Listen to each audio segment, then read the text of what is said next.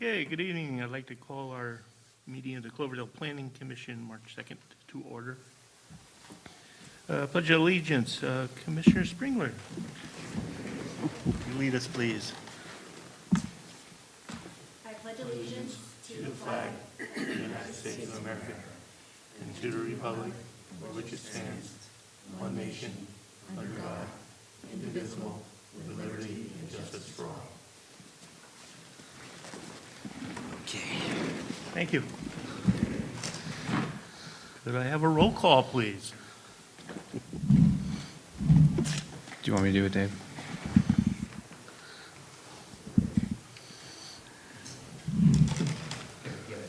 Yeah. Hold on one sec. Sorry, I wasn't. Commissioner Sanders? Present. Commissioner Holverts? Here. Commissioner Waggy? Here. Commissioner Springler? Here. Chair Shanahan? Vice Chair Shanahan? Here. And let the record show that Commissioner AC is absent due to a previous, he couldn't make it. Okay. Agenda review, any changes, deletions? No changes, Vice Chair. Thank you. Declaration of conflict of interest. Do we have any on the dais? No. Okay. Public comment under any person wishing to speak to the Planning Commission on any item not listed on the agenda may do so at this time. Members of the public have a right to speak on any item on the Planning Commission's agenda at the time the item comes up for consideration. Pursuant to the Brown Act, the Planning Commission is not allowed to consider issues or take action upon items not listed on the agenda. Do we have any hands? I do not see any hands here. Okay, we have no one in the gallery, so we will close public comment. Brings us to consent calendar. We have minutes of February 1st, 2022, and resolution to continue remote teleconferencing with compliance to Assembly Bill 361. We have a motion for approval of consent calendar. I'll move it. Okay, could I have a second, please? Yeah, I'll second it. Thank you. Roll call, please. Commissioner Sanders? Aye. Commissioner Holverts? Aye. Commissioner Waggy? Aye. Commissioner Springler? Aye. Vice Chair Shanahan? Aye. Thank you. Moves on to new business. First item we have is D1, update presentation of sixth cycle housing element update by Four Leaf Incorporated. Okay, thanks you, Vice Chair. This is an update on the housing element. With us tonight are our consultants from Four Leaf. We've got, excuse me, Luke Linderbosch and Jane Riley. They do have a PowerPoint. The goal tonight really is to give you an update on what's going on. We're going to be asking you some of your policy, a little bit of policy direction, questions for the commission, and then give you kind of an update on next steps and how we plan to wrap up the housing element. So Luke, I don't know if you were able to share your screen. Okay, great. Yeah, thanks very much, Ken. Can everyone see my screen? Yes. Yes. Great. Thank you so much. My name is Luke Lindenbush. Good evening, Commission. Luke Lindenbush, Housing Policy Planner with Four Leaf, the consultants that are handling the sixth cycle housing update for the city of Cloverdale.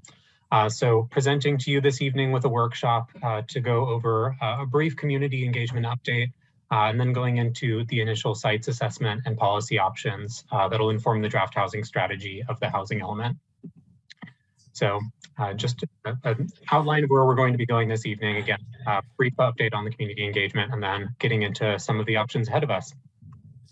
So first with the community engagement update, as you know from the last presentation to the Planning Commission, community engagement is a really important part of the housing element. Not just because it's really important to hear from members of the community to determine how some of these state laws are going to be complied with in a way that is within the community character and serving the best needs of the community, but also because it's a statutory requirement for us to complete the housing element.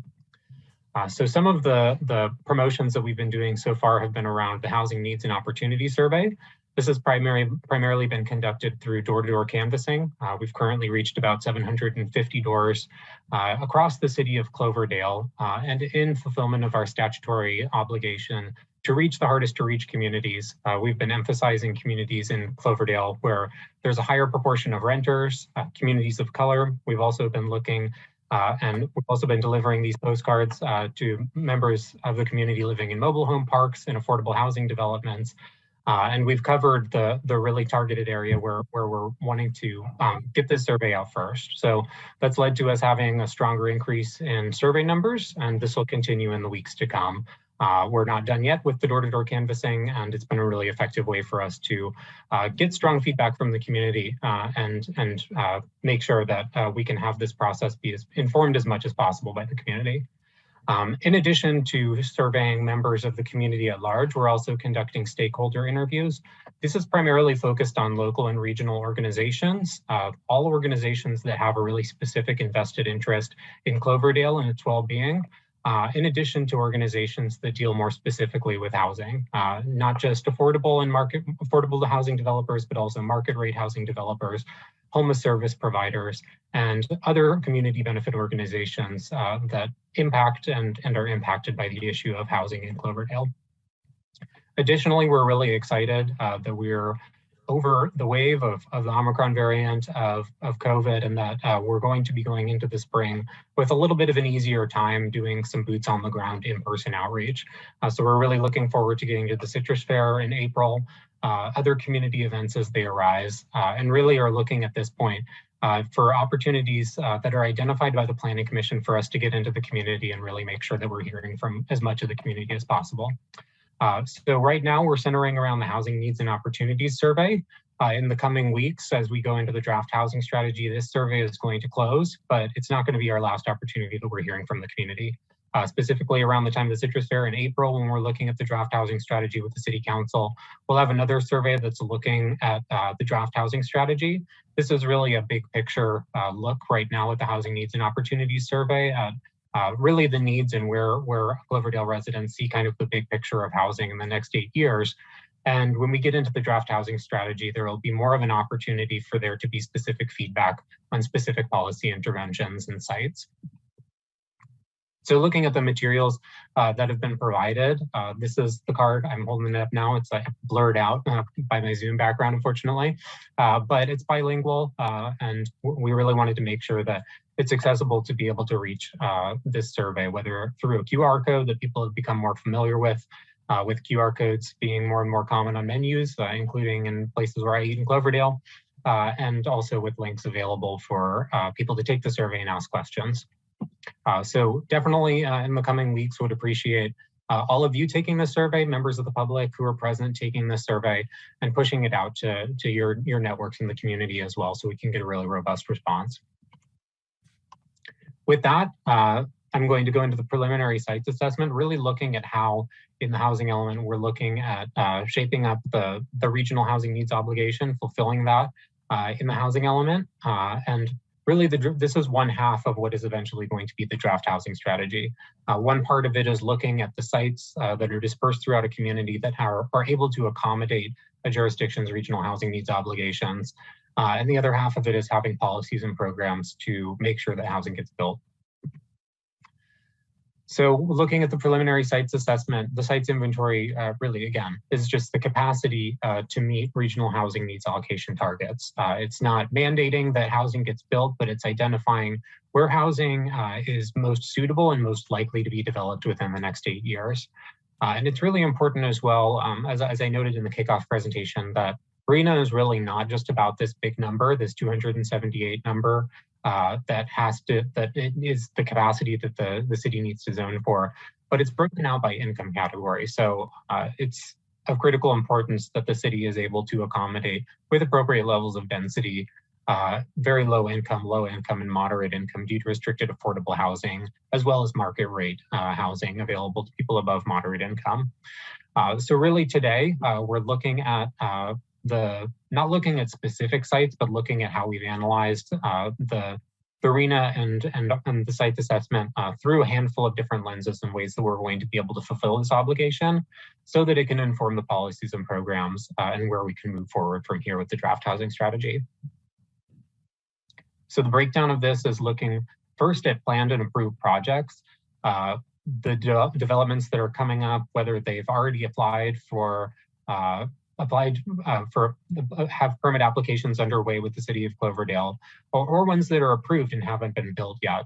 So the projects that have already been finalized and have a certificate of occupancy and have residents moving in, those are going to be applying to the fifth cycle.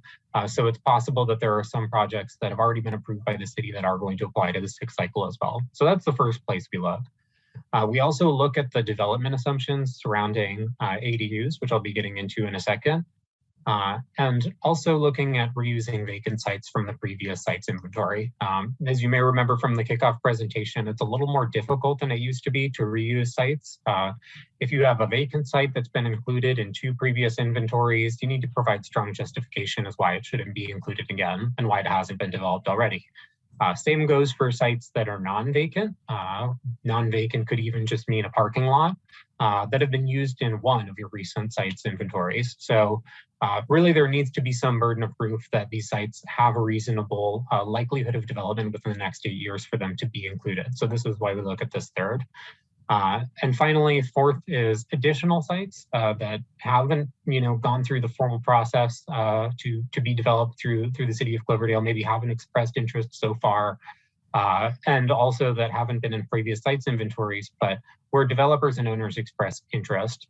These can be identified through the community engagement process and can allow us to expand our list as well. So looking at the assumptions that can be included for ADUs and getting credit for ADUs to be developed over the next 8 years. So the formula for this is looking at the last 4 years. We see that in 2018, there were 5, 2019, there were 6, 2022, 2021, 3. And this averages out to 4 ADUs per year. So according to HCD, Department of Housing and Community Development, and studies that have been conducted looking at the patterns of ADU development and who's living in them across the Bay Area, we can safely assume over the entire planning period that there will be about 32 ADUs that are developed, and this is going to fly with HCD. This is broken down into affordability categories with 30, 30, 30, 10. So 30% in extremely low income and very low income for 5 each in those split categories. An assumption of 10 ADUs produced at low income, 9 at moderate income, and 3 at above moderate income. So these affordability assumptions, again, have been vetted by HCD and are the standard that are going to be legally defensible in establishing the housing element. In addition to adopting these assumptions, of course, there's not a formal deed restriction associated with these houses. So it's important that to make sure that there are policies and programs that ensure that these ADUs are actually being developed for people below moderate income, because it's a relatively small portion at 10% for those that are assumed market rate. And this really doesn't work and it doesn't bear out if there aren't programs to supplement that to ensure that that's actually the case. So looking at all of these categories as they're broken out, we see that the RENA allocation, again, is up top here with that total number of 278. And really with pipeline projects alone, those that are under development or have expressed interest or are in the process to some formal degree of being developed in the city of Cloverdale, there's pretty strong coverage in terms of accommodating the regional housing needs allocation. So this is really an area where most of the RENA is going to be covered. Of course, things happen. Sometimes there are developments that might be assuming that they're going to be developing in the next 8 years, but it can take a while to develop housing as well. And we don't want to put all of our eggs in one basket, so to speak. So it's important to have a layered approach and make sure that we're accommodating the RENA in a number of areas. And we'll get more into this as the presentation goes on. We also see those ADUs and JADUs for accessory dwelling units and junior accessory dwelling units, and those assumptions built in here. So looking at the surplus or looking at RENA remaining after credits, negative number here in this fourth line is a good thing. That's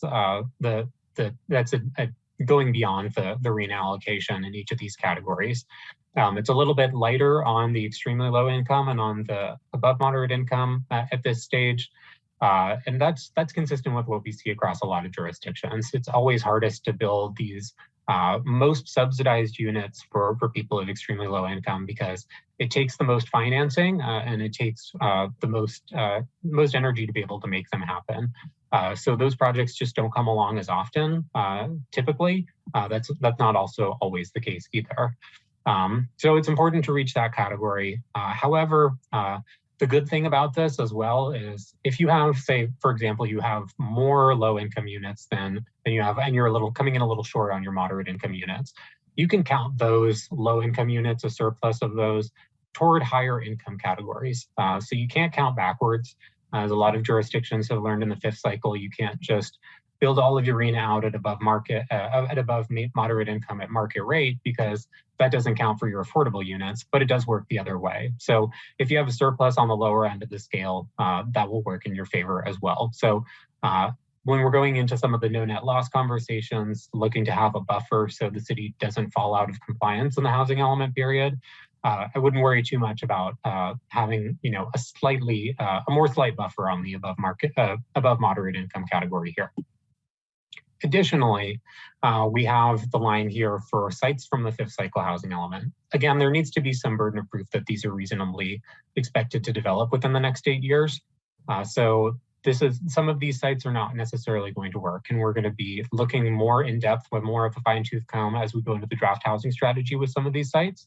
But there's a strong likelihood that a lot of these are going to be able to be considered again, and will leave Cloverdale in even better shape, especially as we're looking at the extremely low income category where there's the slightest buffer. But again, it's a really good buffer. So looking at the total units, over 1,000 units that are likely to be able to be included in the housing element here, accommodating a RENA of 278. So this is really, really good news for the city of Cloverdale. The strongest requirements in the housing element this cycle are on really stringent rezoning timelines for any jurisdiction that isn't able to accommodate their sites without rezoning. In some cases, and really for every jurisdiction in Sonoma County, this rezoning period is going to be a year, much less than rezonings often take. So this is really good news for the city of Cloverdale in terms of meeting its RENA and being able to have a legally defensible housing element with these strong surpluses listed here. So now I'm going to go into the policy options. We'll be able to take some time at the end to go through them and really just go one by one through all of them. But for now, just going to go through and give an overview of each of these. The policy options, again, are really important in terms of having a legally defensible housing element. Not just because it's important to have policies that ensure that housing gets built in your community, but that covering RENA is really only one side of the coin. You can have sites that are zoned for housing at adequate densities, but it doesn't necessarily mean that affordable housing is going to be built there. You can have policies that ensure that allow for ADUs, but it doesn't necessarily mean that ADUs are going to be built. So this is really where the policy options are the enforcement mechanism for making sure that the RENA actually gets fulfilled and that the city of Cloverdale remains in compliance. So the first issue is on accessory dwelling units. Again, the safe harbor numbers indicate the assumptions that allow that are going to assume 4 ADUs or JADUs per year. The other option is to go beyond the safe harbor ADU assumptions and really maximize the use of the ADU and JADU allowances as much as possible with new programs that facilitate more JADU and ADU development and will allow the city to increase those projected numbers. This is one way in which, again, that extremely low income category that's the hardest to reach will be possible, especially when considering that junior accessory dwelling units, which are usually interior conversions or garage conversions, are lower square footage, rent out at lower rates, and are just generally the cheapest housing option to build. Like there really just aren't that many housing units that you can build for under $100,000, and JADUs are one of them. In addition to that, the city of Cloverdale also has a number of policies in terms of JADUs that go beyond the state requirements already. One of these is allowing two ADUs per lot. So this alone is probably going to allow the city to go beyond the assumption of 4 ADUs per year, which is pretty modest. Additionally, with the number of single family developments that are in the pipeline for the city of Cloverdale, there's an opportunity for these new developments to include ADUs when they're in construction. We've seen this a lot throughout Sonoma County, that new developments, when people are buying new homes and they're looking at floor plans, a lot of them are including ADUs because it's an attractive option for home buyers who want to have a place for aging family members, for younger family members, for family friends, other members of the extended network who need housing options that aren't necessarily covered already in our housing stock as well, to be able to have a place to live. So there's a number of ways that this can move forward. Another one is working with a number of local organizations that have already been working with the city of Cloverdale and other jurisdictions, namely among them the Napa Sonoma ADU Center. One program that they've been working on for a really low fee for cities of about $7,000 per year is having pre-approved plans.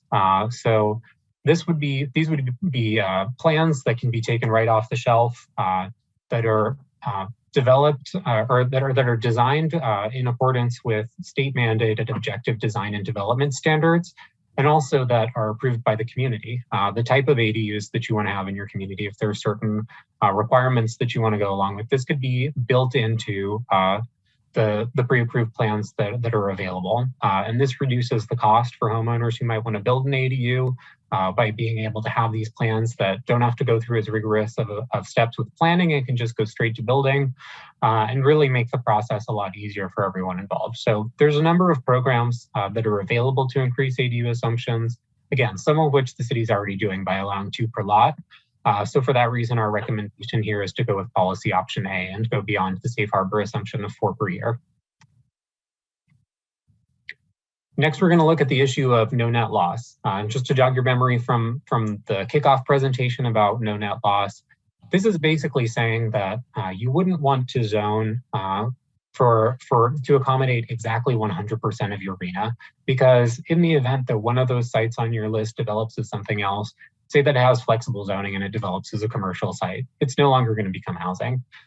Say that it's put in your inventory at a particular density and it develops at a slightly lower density. Those are units that are going to be lost from your inventory.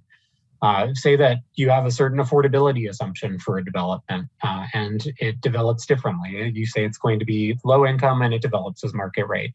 You're losing your RHNA for that category. So ultimately, it's really important to have a buffer, to have 130% at least is what we recommend for the entire RHNA and also for each income category. So for the ones where it's a little bit more on the edge, this is why it's important. Again, for the majority of categories with RHNA, as you saw on the previous slide, for the city of Cloverdale, this isn't going to be as urgent as an option, but it is really important to make sure that this is here. So really just taking that concept and making sure that the list is accurate, that the site's inventory is accurate, we come into policy options B and C, which is our recommendation, and I'll detail why. So for policy option B, decreasing development capacity assumptions goes beyond the default density that's assumed for the county. So for a site to be included in the site's inventory automatically without rezoning, there has to be an assumption of 20 dwelling units per acre. However, there's a strong likelihood that affordable housing in your community has developed at densities lower than this, and we found this consistently in communities across Sonoma County, including Cloverdale. So it's important to have realistic development capacity and not include something in your inventory when you say it's going to develop at a really high level of density and it comes in lower, because that can be a ding on your site's inventory. And additionally, it's important to understand that where the past history has indicated that developments are developing at. And in Cloverdale, we've seen that about 80% of the allowed zoning is generally what we're hovering at. So that should be appropriate for the development capacity assumptions. So that's one part that factors into no net loss. Policy option C, which we're also recommending, is a little bit more of a nuanced approach for having that 130% buffer on your RHNA to make sure that you don't fall out of compliance. And just to clarify why that's really important, once again, if you fall out of compliance with your RHNA and you dip below the number that's been allocated to you in each of the income categories and overall, at that given time, there's a possibility that HCD could come after the city and say that you don't have a legally defensible and certified housing element. So we really don't want you to fall out of certification, and we want you to be in good shape no matter how Cloverdale develops.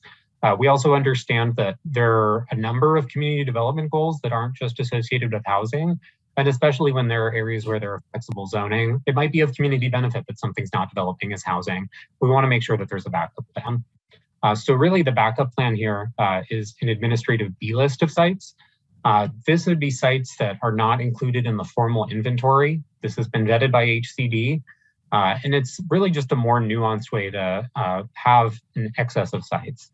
This could be a way to include sites that have previously been included in your inventory that are still viable and still are able to be vetted in this list. But it also is cognizant of the fact that you can only use sites in your sites inventory so many times. Again, if it's vacant, you can use it twice. If it's non-vacant, you can use it once unless you have strong justification to prove otherwise. If you include something on your B list, you could include it on your housing element next time around, and it wouldn't be considered one that you used previously, unless it had been pulled off the B list in the case of net loss when you have a site that's on your main list that's developed as something else. So a little complicated, I know, but this is basically just a way for you to have a list of sites that can be pulled into the primary sites inventory on an annual basis.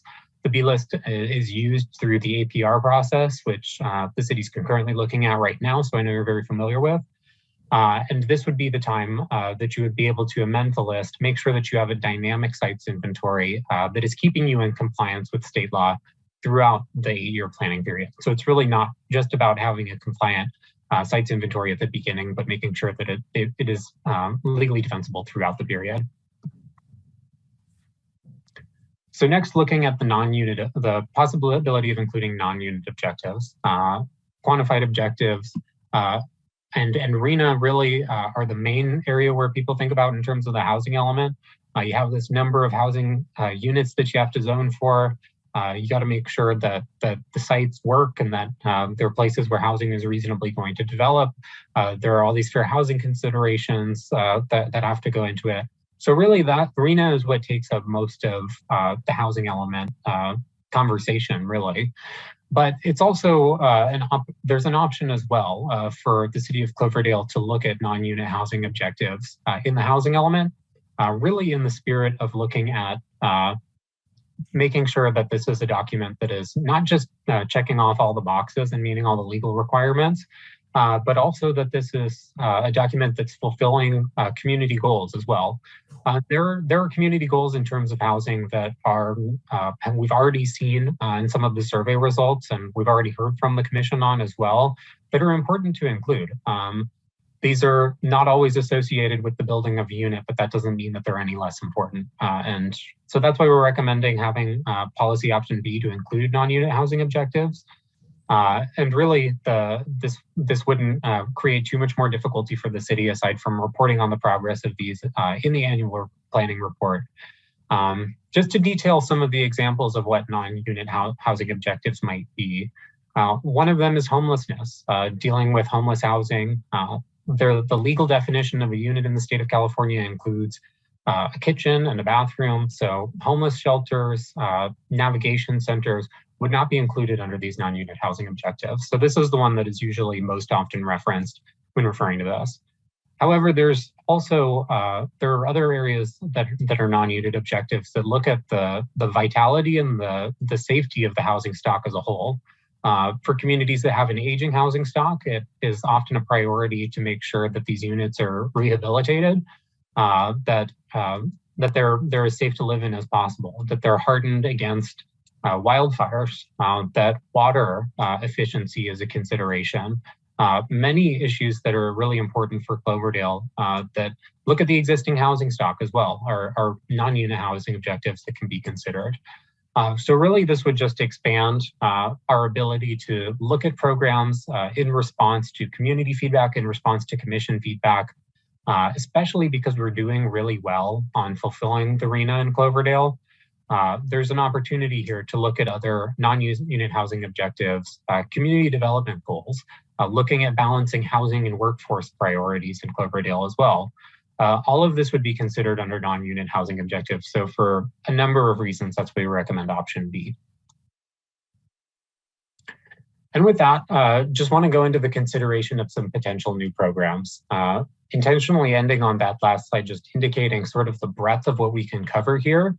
And want to really just drive home right now that this is not a definitive list of options at all. This is really just ones that we've seen work in a handful of communities that have really been commonly included in housing elements and that could work for the city of Cloverdale, but also could not. So this is an opportunity for us to look at some of these options, see how they land with the commission, and really want to encourage you to think beyond this list as well and let us know the kinds of programs that you would like to see in the draft housing strategy. So one of these potential programs is looking at sites that are not in the pipeline, not perhaps used in the fifth cycle housing element for city-owned church or school sites. So these would all be separate types of programs, but there's a couple of different ways that these are accomplished in terms of building housing, zoning for housing on these sites that are often situated in residential neighborhoods and often owned already by mission-driven organizations that have a commitment to building housing, in particular affordable housing. So this could be accomplished through a zoning text amendment, more conventional rezoning, or it could also be done through a workforce or affordable housing overlay, which is the next item. So workforce or affordable housing overlay is a mechanism to provide flexible zoning. So there might be commercial areas that are suited for housing, industrial areas that are suited for housing, mixed use. There's a number of ways that you can go about this, but basically it would be an overlay that wouldn't rezone the existing zoning. And because it's a program, it also wouldn't trigger the more strenuous rezoning requirements of this housing element if you were to include it in relation to your site's inventory. So this would be an option for more flexible zoning opportunities that would create a more market-driven approach. So if a developer wanted to still develop it as 100% commercial, they could. If they wanted to develop it as 100% housing, they could, if that would be the nature of the program. If you don't want to go 100% housing, if you want to have it be mixed use, that's an opportunity as well.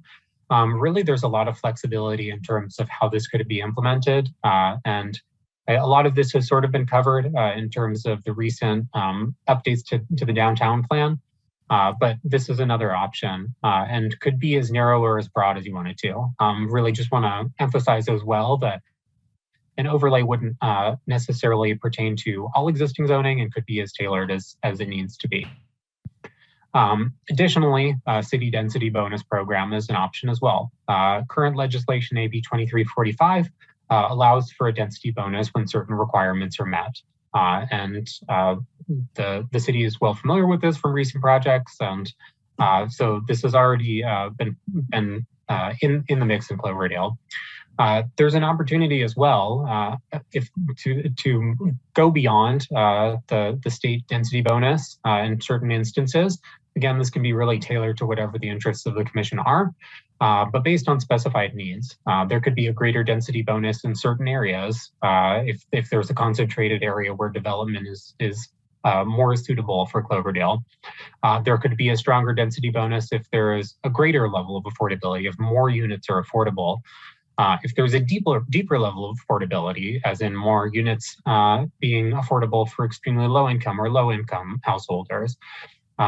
It could also be a density bonus if certain accessibility requirements are met to people with disabilities or universal design for senior housing. So there's a number of different ways that a density bonus program could be tailored for the city of Cloverdale that go beyond the state program. So that first half of the potential new programs listed here and in your staff report mostly pertain to multifamily housing, and these are slightly differently tailored. The first one being housing land trust model. We've seen that housing land trust model has been used already in the city of Cloverdale with the Iole Ranch development. The Housing Land Trust of Sonoma County is one local community stakeholder that deploys this model that has deed-restricted homeownership opportunities for moderate and low-income householders. So this is contrary to most affordable housing that is rental and really provides a need for more homeownership opportunities for people of lower incomes. The way that the Housing Land Trust of Sonoma County usually operates is working to fulfill inclusionary units as part of an existing housing development. And this is an option that can be considered in particular with the number of pipeline projects that are likely to be developed within the next 8 years. This can also be coupled with the ADU programs as well in a handful of creative ways. There's recent enabling state legislation that allows for ADUs to be sold. For the most part, ADUs have not been able to be sold separately, but they now can if it's administered by a nonprofit housing developer or housing land trust. So there's a little bit of an opportunity here for these approaches to be layered as well, and we appreciate any commission feedback on how you might want to go about some of these and whether you want to go about them. The next option is to pursue the pro-housing designation program. So for a little bit of background on this, AB 101 was a piece of state legislation that created a designation program for jurisdictions that are both in compliance with state laws and tailoring state laws to meet programs within the housing element and within other policies of jurisdictions across the state of California. And really, a lot of these are going to be done anyway. So it's a really helpful framework for assessing areas in which there's a pre-vetted set of standards from HCD that are really likely to pass muster in the housing element and can be incorporated into the list of implementing programs of the housing element. And really the exciting part of this state designation is not just to designate a jurisdiction as pro-housing just because, but really it's about state funding and being put at the front of the line, not just for housing funding, but also infrastructure funding, grants for new housing development. And this is really of particular importance for Cloverdale and jurisdictions that are developing housing in areas where there isn't as much existing infrastructure as in the rest of the existing urban footprint. And it's an opportunity to secure more state funds for the state and really bring those state dollars into Cloverdale. So additionally, there's about 70 points that are available to be gained through this program. And any jurisdiction that is meeting about 30 of them is eligible. So there's an understanding as well among the consultant team and among the staff that not every single one of these options that is detailed that's either mandated or an option in state laws is going to be best suited for Cloverdale or something that can be done right away. But with a relatively low threshold to be able to get this designation, we think it's worthwhile for the commission to consider including this, especially when considering that there's an opportunity to get more money for Cloverdale on this. And lastly, again, this is not a definitive list at all, and this is going to firm up a lot more as we go into the draft housing strategy, but this is an opportunity to get planning commission feedback. So we really just want to encourage you right now to be as creative as possible, as specific as possible in what you like and what you don't like about these options that you don't see, especially in fulfilling obligations of the housing element that maybe aren't as well covered or that you see a strong need for. And we encourage members of the public to provide these options as well. So really, this is a starting point.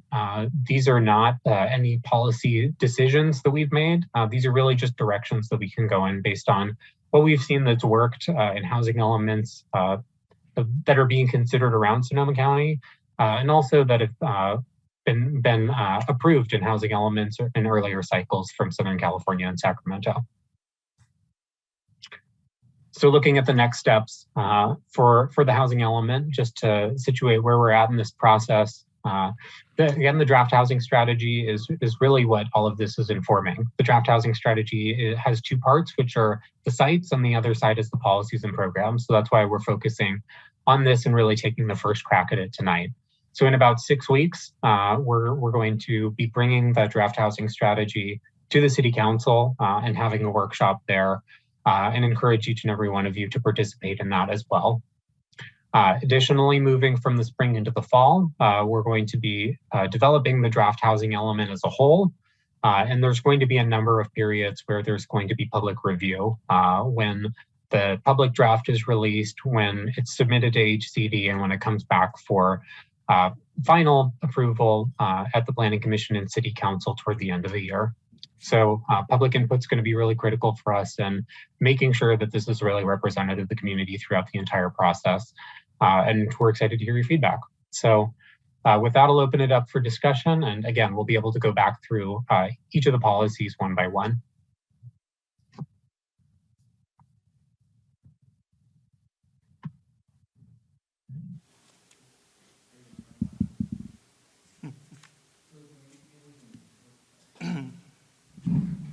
Maybe we should keep that one slide up with the three policy question areas.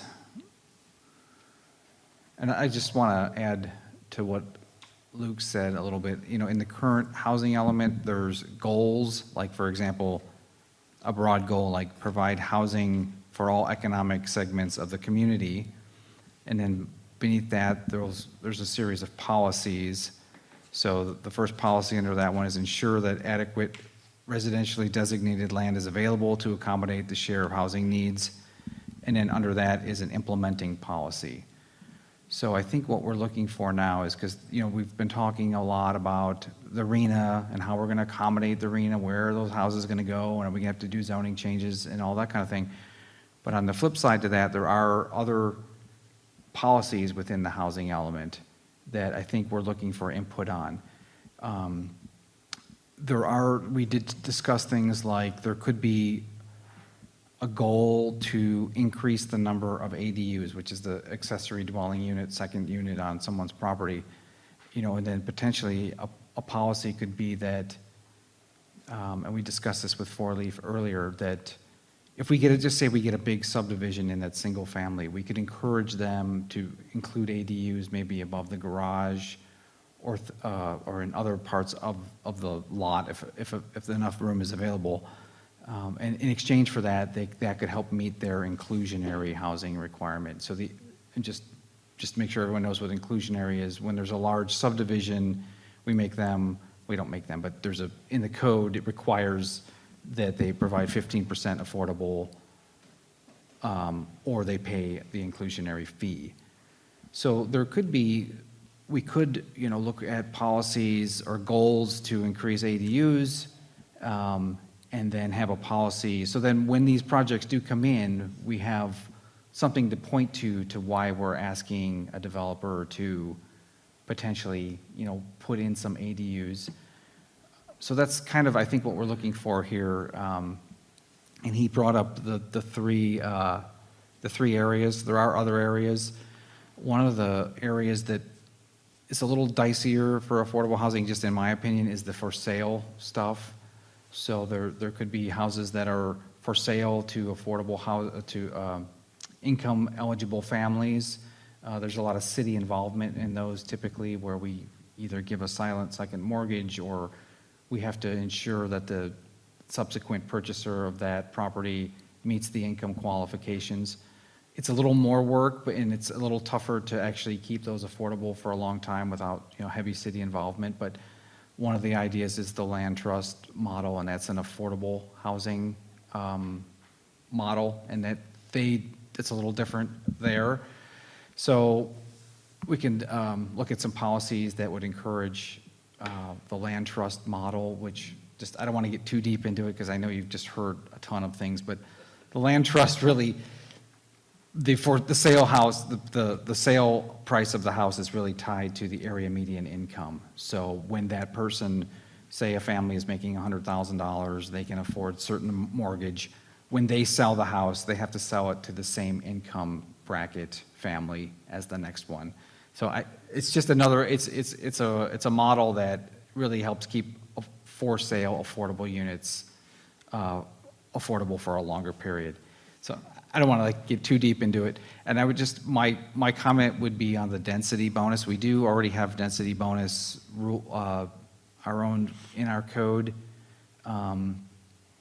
Just my opinion is that the state has really come in and defined the density bonus fairly well. I mean, one opportunity for the commission that you could consider is maybe applying a density bonus to a market rate project, because that would be a project that's just, you know, not deed restricted, not affordable, like, say the apartments across from Ace Hardware, where they would be eligible to perhaps get some kind of density bonus in exchange. So broadening the definition of density bonus to include market rate could be one option. I tend to think that the density bonus stuff is pretty well covered in the state statutes for affordable, as we've been discussing. So I guess I'll stop there. Luke, if you want to add anything, or Jane, or if you want to try to walk us through what kind of direction you're looking for these policies that would be in the general plan. Can I ask a question? Of course. If it's a land trust, does someone else do the monitoring of the sales? The city, is that what they do? Yeah.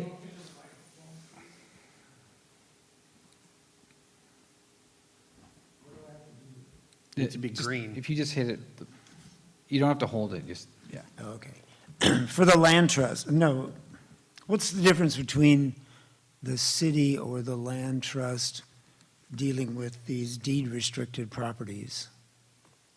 Well, there's a Sonoma County Land Trust, which is the big one in this county. And I think it varies from city to city, but I think in a lot of cities, they handle finding the income qualified families to purchase it. They handle the resale. They handle all the aspects of it, which, obviously from our perspective is good. So I think in some cases, if the city contributes some money, there might be a little more involvement with the city, but typically the Sonoma Land Trust handles all of those and submits a report annually, on who's living there and how they qualify. Is there a downside to that then if the city utilizes the land trust model? There's no, I don't want to get too deep into my opinions about it. The one thing that I see is the equity that's built up is slower. It's a slower buildup of equity. So when they sell the house, they're not selling the house for its market value necessarily. They're selling it to a family that had the same income, at the same income level that they were when they purchased it. So what they get when they sell the house is that increase in the income. Does that make sense? So potentially they will leave that house, not potentially, they will most likely leave that house not making as much money, and that is kind of the built-in affordability. One thing you could say is, did they make enough to get into the next house, which would be the goal? Yeah, go ahead. I would just add the flip side to that too. I do agree that is the main limitation that's cited in the housing land trust model in terms of the sort of limited gains in equity. A benefit of that as well, though, is that it is really geared toward first-time homebuyers, and it's an opportunity for homebuyers to get a step on the ladder, essentially. So the general results from the housing land trust model are that they aren't held on to for very long. There's pretty strong turnover, and people who buy those models are able to vacate them pretty quickly and allow for there to be a greater, to basically allowing the supply to remain on the market a little bit more than might be the case for someone buying a non-deed restricted home. So you're looking at kind of a difference between the rate of increase in real estate prices versus the rate of increase in incomes. Okay. I'd like to weigh in on this land trust situation also. So in response to your question earlier, Bill, about what's the downside of a land trust, okay? Just allow me to play the devil's advocate here for a few moments. So there's a few things that could be problematic. And one of those that I can see off the top of my head is that installing or putting a property into a land trust that would restrict the number of potential buyers to a certain group is exclusionary. And in my mind, it actually takes away a certain amount of freedom that the sellers have to sell it to other people, right? So that's one. Another one that I can think of off the top of my head is that if you do have this property in the land trust and it's a great opportunity for first-time home buyers, like has been expressed earlier, but that does create its own issues that it has a higher turnover rate. So in some of these places, as the inventory ages, I could see there being an issue with upkeep and pride and ownership of some of these dwellings as these people turn them over. Maybe they're only there for a year or 2 or 3 or 4, you know, and they're just trying to just hang on until they can afford something better. They're not going to put a whole lot of money into this property because they're not going to get it out. So those are 2 reasons that I can think of off the top of my head that I would not want to purchase a property myself that was in a land trust. Yeah, I, just by happenstance, happened to have gone over to Iola, whatever it is. Aioli Ranch. Aioli Ranch a little while ago to pick up something for somebody. And I noticed the general state of lack of upkeep, I would just call it, of the, you know, just driving through there. So, yeah, I mean, if you take away that pride of ownership or you take, or the incentive, I think that can be a real problem. Yeah. But we have a large demographic that, you know, can't afford to buy a home, even if you figure what median price is 600 plus, 20% down, that's $120,000. Even if you could generously save $1,000 a month, which who can, even on an $80,000 a year income with, I mean, if you had a single person with an $80,000 a year income, that's 120 months to get a down payment for a house. So, and there's really not a lot of opportunity for first-time home buyers in Cloverdale anymore.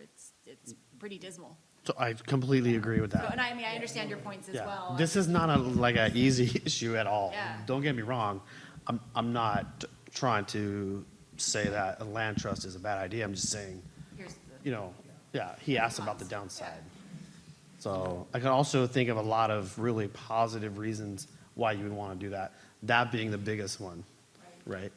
Can they be done in a way, though, that there's an HOA associated to them, so that things like upkeep and maintenance would have to be done? Yeah, Yeah. I would, you know, if the commission's interested, we could ask the Housing Land Trust of Sonoma County to put together a presentation and come talk to us. I mean, it's just an option. I do think it has some merit. I mean, you're getting in cheaper, but you're getting out with less. I mean, that's in the simplest terms. There are other things that cities do, like down payment assistance, where the city will give whatever, $100,000. It'll be a silent second. We don't collect any money on that, but when the home sells, we get it back plus a percentage. Again, those are a little more, you know, staff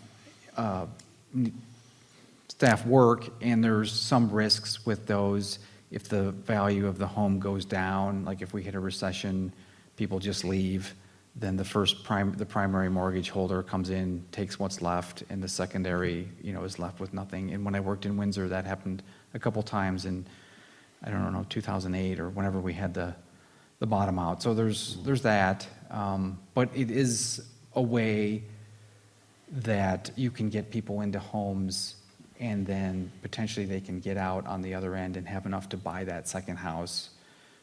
I don't think, again, the for sale affordable housing it's not as clean. There's not a real great way, and that's just my opinion.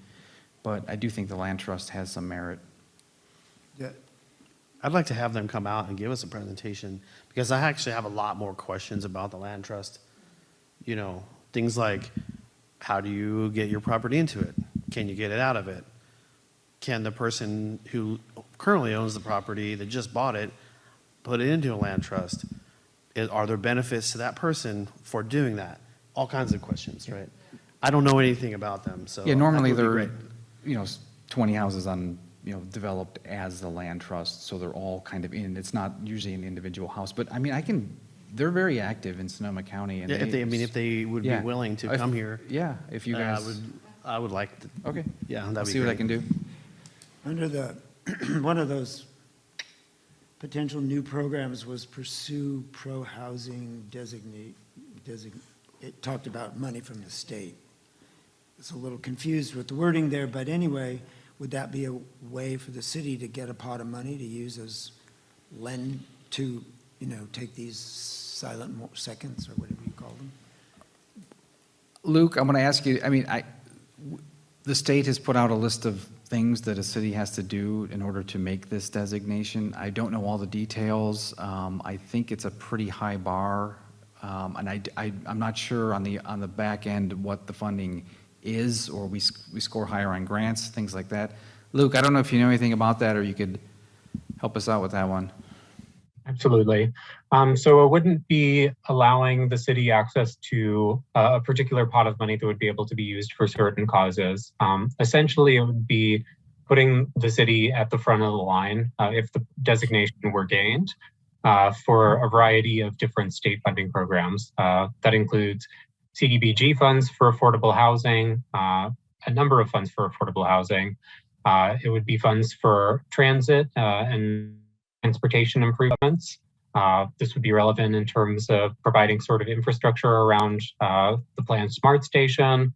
It's for transformative climate communities grants that provide, again, infrastructure funding surrounding climate goals.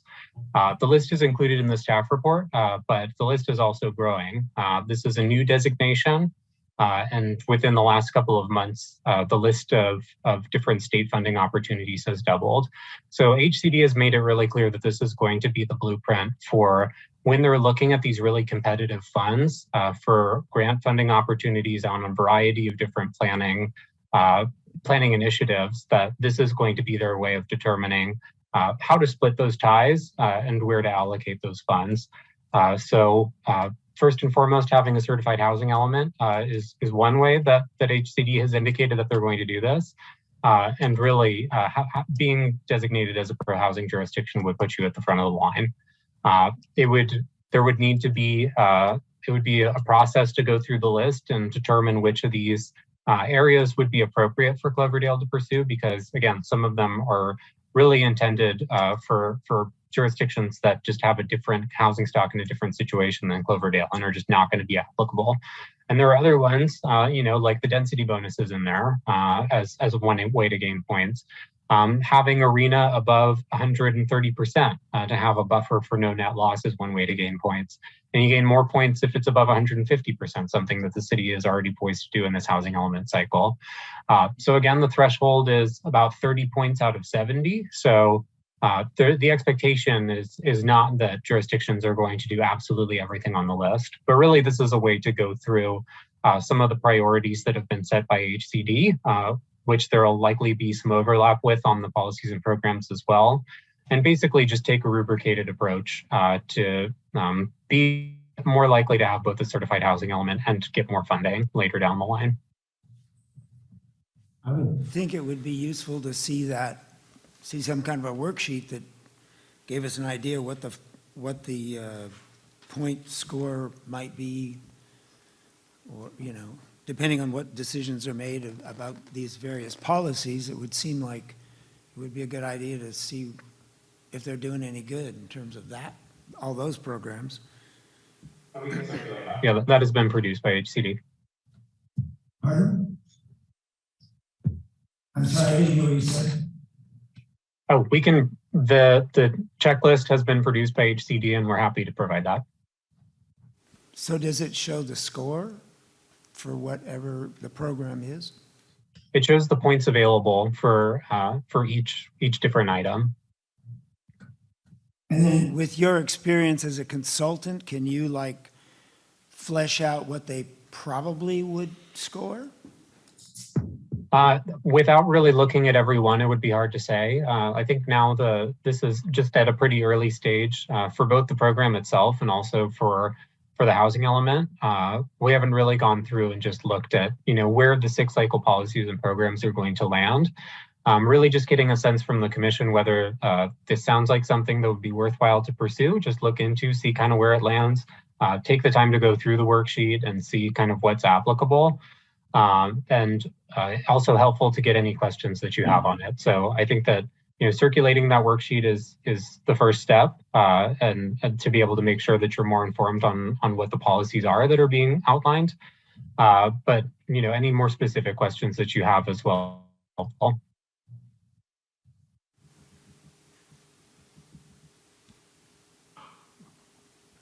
We can, there's a lot of things in the housing element that we don't necessarily do. There's just a lot of things, but we aim to get those done. This could be included in the housing element as an implementation or, a policy or a goal. A goal could be to pursue the pro-housing designation as defined by HCD. And then, again, it's not necessarily that we have to do it, but if it makes sense for Cloverdale, it might be worth pursuing. I guess I don't understand it. If you have the housing policies in place, does somebody go through, HCD, go through and score you and then say, oh, you made 32 points, or because you had this one, this one, and this one, so you get 5, 10, and whatever, and then adds up to some number? Is that too simple, or what? I don't think it's, well, I don't know a lot about the scoring. I know that it's doing what we're doing, but then maybe adding a little bit more, like Luke said. We've identified enough sites to identify our arena, but we've actually identified an additional 40% of sites. And so I think at this point, we could, if there's any interest, we don't have to commit to it, but we can investigate it a little further and see, again, if it makes sense for us and see if there's really going to be funding opportunities tied to it, which I think there are. So I'm also confused, but I just want to loop this in. So We need the algorithms, Kevin. The algorithms. yeah, you need a chart, a spreadsheet. Yeah. No, Yeah. so let's say that we don't do like our 30% plus buffer because that 30% we wouldn't possibly be able to designate it again later, right? But if we took like option B that says we can designate sites later on instead of doing the 130%, right? So if we were to do that, we wouldn't be able to pursue the pro housing because we weren't over our targeted goals, right? So that's just one item on the pro housing designation. It's one way to get points. I think that you might get 2 points for 130%. You might get, I think it's 3 or 4 points for 150%. So if you were to not meet that, it's looking likely that the city's going to. But if you weren't going to meet that, there would be other ways to meet, make other points up as well on that checklist. Okay. Yeah. I think that definitely having something that lays out like, what things we could do to increase that score and what becomes available to us as we increase that score would probably be the most helpful way to understand it and know what are our trade-offs for doing these different things. What do we gain by it, and possibly what do we lose? Correct me if I'm wrong, but all of these numbers are essentially based off of the developments that are either planned or have been completed, right? So these incentives are basically to lure developers or lure homeowners to build ADUs or whatever, so that we can add total units to the allocation, right? Completed units or units that are in the pipeline, right? Those third and fourth rows there, or second and third rows there, pipeline and the ADU slash junior ADU numbers. So really, I don't think there's any kind of algorithm or computation that we can get based off of different policies. Am I wrong?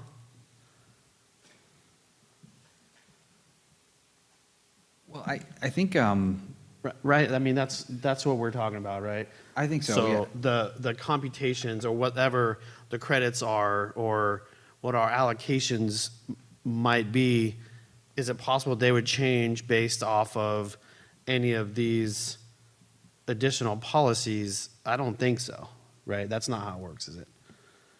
I think just the larger goal is to, do what's required of us for the Right. housing element, and then do a little bit more, get this designation. And I can't answer exactly what that little bit more is. I know one of the things was identify for 150% arena, and there's other things I'm seeing here, but, and then, once we achieve that, then again, we're higher up for ranking for grants. Maybe you've already understood that, but that's, Yeah, that is what I understand. yeah. Right. So are you soliciting ideas for additional policy No, I think right now? or just what we're I mean, I looking feel like for we pretty tonight much is, beat this to death right now. does the commission want us to pursue this idea of becoming a pro-housing designated city? And should we have things in the housing element that, goals or policies that kind of compel us or give us, a reason to pursue that? For me, it's impossible to say without Yeah. knowing, right, Yeah, what those things would be, so what we would be giving up in order to. right. You know what would be nice is to maybe develop some of the city-owned properties into low or very low income, or what do you call it, extra low, or whatever it is, income housing, and use that in a land trust situation. Then the city owns it, right? Then we can maintain it. We can lease those properties out, right? Rent them to whoever qualifies based on the, the current market value or whatever for the low income brackets, right? So I think that would be a good way for us to be able to make adjustments in what our numbers are, because then we control it, right? So if we're behind, I don't know, I'm sure the city doesn't have millions of dollars sitting around to buy properties, but maybe there are some credits or grants that we could get from either the state or the federal government for use for that specific purpose, right? And surely we can at least look into it, right? So, like in my mind, if you have a way to cover your bases internally, then you're not as reliant on outside developers to come to you with things that you may or may not work, or they may be tied up in the process or whatever. If that makes sense. I think the goal of this exercise is to make it possible, but not actually to do it. To I think he just said we're gonna have a meeting to have another meeting. You're right, Bill. Right? We're just basically giving some sort of direction for what are the possibilities. Right. What are things that we'd like to see here? We want to encourage ADUs, of course we do. We want to encourage low-income housing, of course we do. How do we do that, right? Well, Through the chair, if I may, I think think it might be helpful if we just go back to the beginning and kind of just go slide through slide and really get the commission sense on each item, if that sounds helpful. Before you go there, can I ask a couple of questions that I have? They're more on the technical one. So my question is on deed. Sandra, can you use your microphone, please? Thank you, Commissioner. No problem. So on the deed restricted sections, so say for instance on the Alexander Valley Apartments, if you look at page 149 on the annual element progress report, my question is they have 35 very low income and they have 40 low income. And since we're dealing with this no net loss, we need to be aware of the inventory that we have.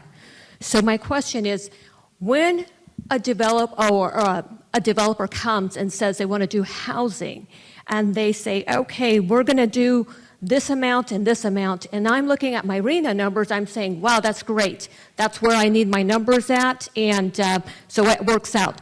My question is, can they change that? Can they say after, because right now I see it on the application that they put it on there as restricted, but can they go back and say, no, you know what, I'm going to change that and I'm going to move that to, instead of very low income, I'm going to change it to low income. Can they do that? And if they can, what's a deadline that stops it from them making those changes?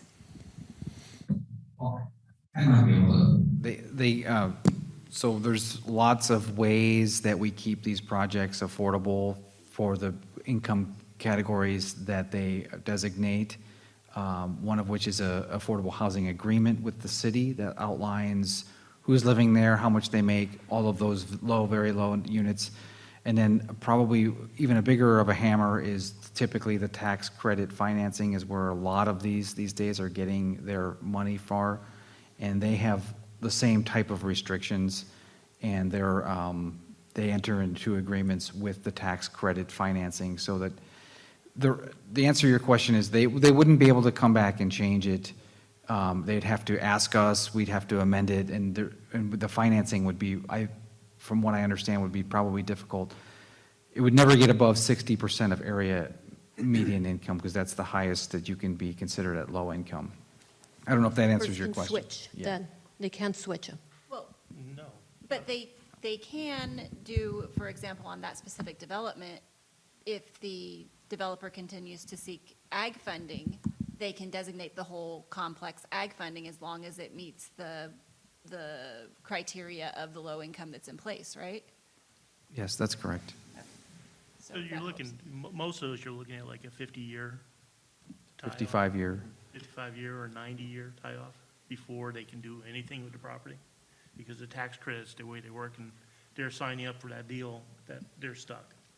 And they're nailed, they can't do anything with that property for 55 years on redesignating Okay. units. So on this one, I did the calculations, and I noticed that we're missing the Baumgardner project. Now, how does that work? Because I don't know if you're submitting this, and maybe this is the last year for 2022 for this housing element, so we're done with this one, and we're working on the new one, and maybe the new one is where the Baumgardner's going to show up. Yeah, during the next item, we've put together some tables that I hopefully will really answer your questions.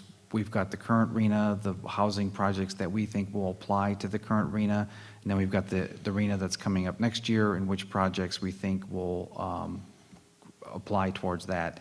So, I mean, if you're okay, maybe when we get to the next item, the housing report, our annual housing report, we can bring those tables up, and I think that's what you're asking, and we purposely did that because you mentioned it last time, and I'm hoping that we got what you want. And so if you could wait till we get to that part, because that's the next item is really Rafael's annual housing. Yeah, Okay. I know that it's all blending together, but yeah.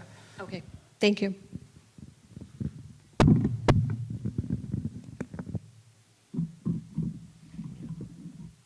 Any other direction, any questions? I'm curious about this housing on churches and school sites and putting that into the pile, if we could do that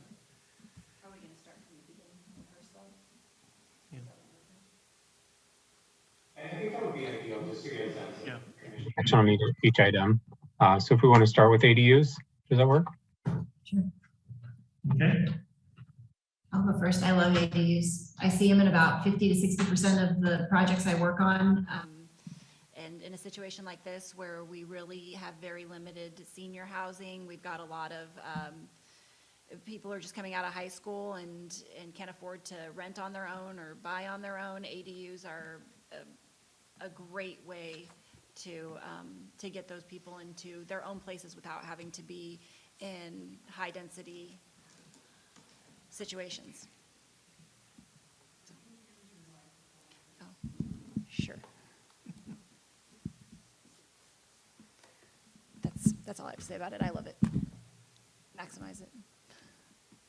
I really like the idea of having, and implementing policy that would, under the goal of encouraging ADUs to, something like encourage developers to include ADUs in their projects in exchange for some inclusionary relief, something like that. I don't have it, it's not fully vetted, but I just like the idea so if it's in the housing element, we can at least point to the developer and say, we're not just making this up, this is something that's been discussed, and it's something we're interested in. So there may be some benefit for them to consider that, as opposed to either paying our inclusionary fee or designating a certain number of units in the project as affordable. So that might be one way to bolster up our ADU section of our housing element. Can they do that now, though? Under the existing policy, it's just. We don't have a makes it- policy that explicitly says if you agree to do an ADU in every other unit or percentage, then you can have relief from some of the affordable housing fees or the inclusionary. So we don't have it right now. I do think it's a really good idea. But if they came to you with that proposal, you could.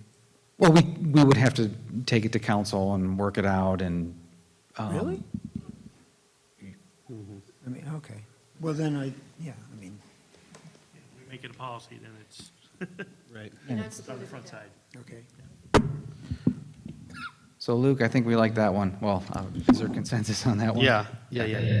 So can we also take a look at what the building code incentives could be for? For individual homeowners and or commercial property owners to add ADUs or to add, in the case of the commercials, to add upstairs apartments, in the downtown district or things like that, right? I mean, it sounds like the consensus is we like ADUs. Well, yeah, And we I don't want think to. anybody's against We it. want to be innovative, and Luke did mention there is the I forget what exactly was, the Sonoma Napa ADU Coalition. It's not what it's called, but where they're offering plans where someone could use those plans and not have to. So the city would provide the plans if you got A, B, and C, which one fits on your lot, you like this one, and you can get a building permit using that. I believe that it's in the unincorporated areas, and it's like on the PRMD site, and they have like some generic plans that you can use, and there's a lot of incentives that the county offers to add ADUs. Yeah, maybe we can add some of those, at least links to those on the city's website. I mean, there could be, I think, Luke, the direction here is let's get creative with the ADUs. I know the county was allowing a larger ADU than the size if you agreed to rent it at a certain rent for a certain number of years. I mean, that gets a little hard to enforce, but Yeah. there's things out there like that. Yeah, I also like that idea of allowing ADUs to be sold separately. Because why not? If you have an ADU on your property and you slice it off and sell it separately, then you can add another ADU to that one, right? And another one to the property that you just, you know what I'm saying? Like it's a multiplying effect, right, for ADUs. If you have a big lot. They have, isn't that what SB 9 is, lot split? You could do a lot split, but there is a limit. Because once you do the lot split once, you can't do it again. Well, we can, again, right Well- now, we're asking for brainstorming kind of Yeah. thing, so. I do like the idea, though, because you could do it in a way where, if somebody's passing it on to their children and they're able to do it, there's multiple ways that they could set it up in a trust for them, but they can still have ownership of it, so that, if there's any disputes down the line, which happens with family, they can still retain possession of their dwelling. So I like it. Can I throw in the church sites into this discussion of the ADUs and giving them the ability to have rentals? Yeah, of Yeah, I don't see why a church wouldn't be able to have a little apartment in there or something. I mean, Yeah, well, I've been talking to a couple of the pastors in town about wanting what they wanted, and I was like, well, we can't do that yet, but. Yeah. I think there was a category on here, on another slide, that talked about schools, churches, and Yeah. city-owned City-owned properties, right? Luke, maybe we can go to the next one. So I think that that could be like a blanket policy, right? And again, I encourage the city to develop properties or purchase properties and place them into the land trust, right? So when I worked for the town of Yountville, there were several individual single-family Okay. residences Yeah, I didn't know they that. own. Oh, that's, yeah. that's And so interesting. they rent out at whatever the low income rate is, Well, I think, is that issue 3? Well, we can, That's one of the potential new programs. So we can get to that as well. Agreed. On no net loss, looking at the recommendations to decrease development capacity assumptions so that they're in line with how the city is likely to develop. And again, developing that administrative B list of sites that can be added if the city dips below its RENA. Luke, maybe you can back it up and. Is this like sandbagging or something? this is related to the RENA, correct? Yeah, so it's basically a different way of ensuring 130% of RENA with that buffer. And just the B list is a more nuanced way of doing it than putting it all in the site's inventory. And having realistic development capacity assumptions is really important from what we're seeing with the Southern California jurisdictions. It's the number 2, it's the second most common feedback that jurisdictions are getting behind fair housing provisions in the housing element. So that's why we include that in there. Want to make sure that you don't overshoot your RENA by saying, everything's going to develop at 100% of density if that's not usually the case. So this is a little bit more of a straightforward one, a little more procedural. But want to get any commission direction if there's any reason they think that we should include it in the site's inventory as well. So basically, we pick a site, we say there's going to be 100 units there, it ends up being 70 units, then we're 30 down. We need to make sure we have enough other sites to cover that 30. Is that too simplistic, or is that what it is? Exactly it. So we would be. Applying more sites than our RENA would necessarily require, with the idea that they all may not develop at the rate that we are anticipating. That's right. And this potentially could be one of the things that we could score for the pro-housing city too. Is that correct? Yes. So the only downside that I could see is that we might not get the scoring for the pro-housing, but we would lose the potential to use those again in the future if we did the 130%, why wouldn't we just do the B list and add to it as necessary? Why would we tie our hands with this to get a few points, which it sounds like wasn't necessary, wasn't a deal breaker for pursuing the pro-housing? Is that right? Not a breaker. Likely to meet 130 or 150%, regardless, even with a good amount in the B list as well.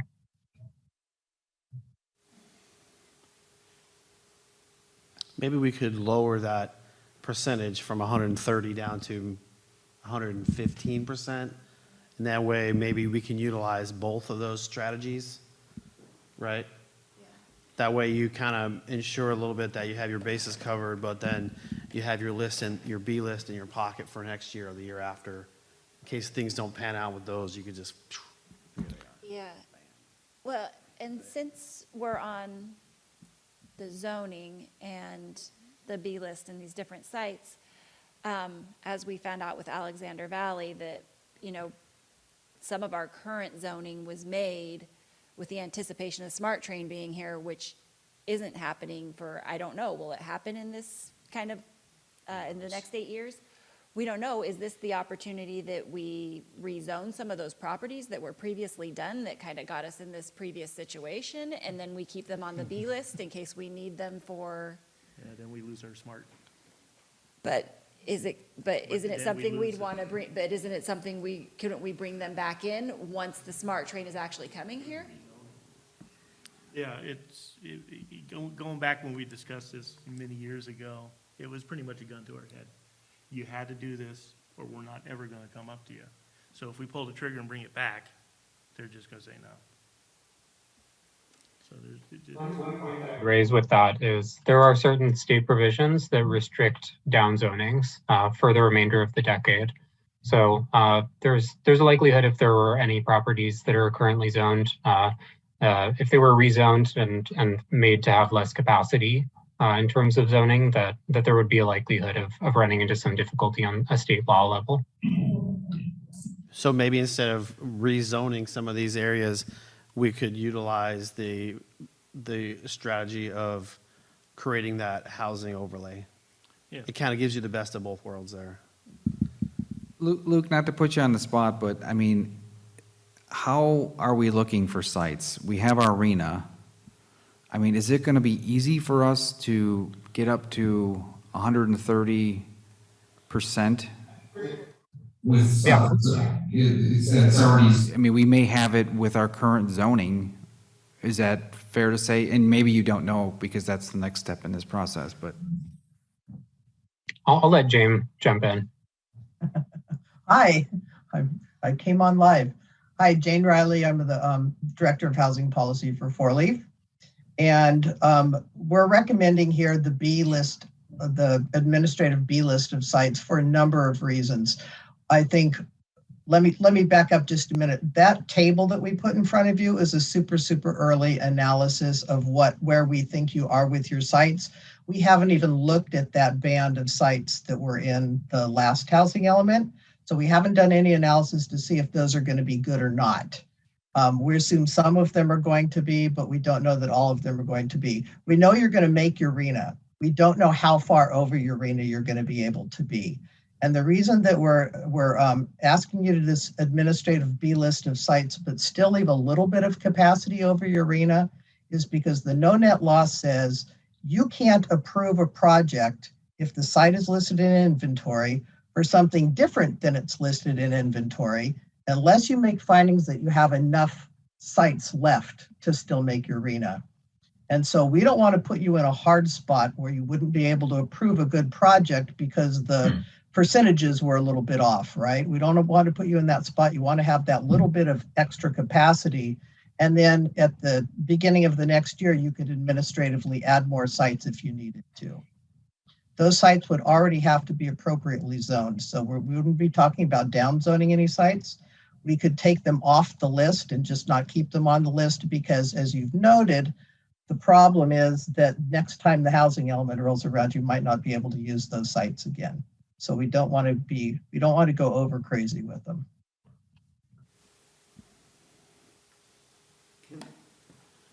Can someone explain to me what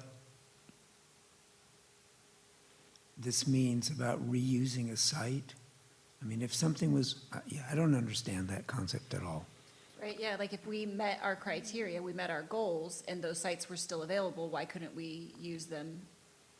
It's, when we go through this process every 8 years, if we keep identifying the same site over and over again, the state says, well, is this really a viable site? I mean, Luke, you can jump in here, but if we continue to identify the same site on the edge of town that in theory could hold 100 houses, but no one will ever do it, for example, then they're starting to get a little more strict about us just saying, oh yeah, we're going to put 100 houses on that one big lot on the south end of town.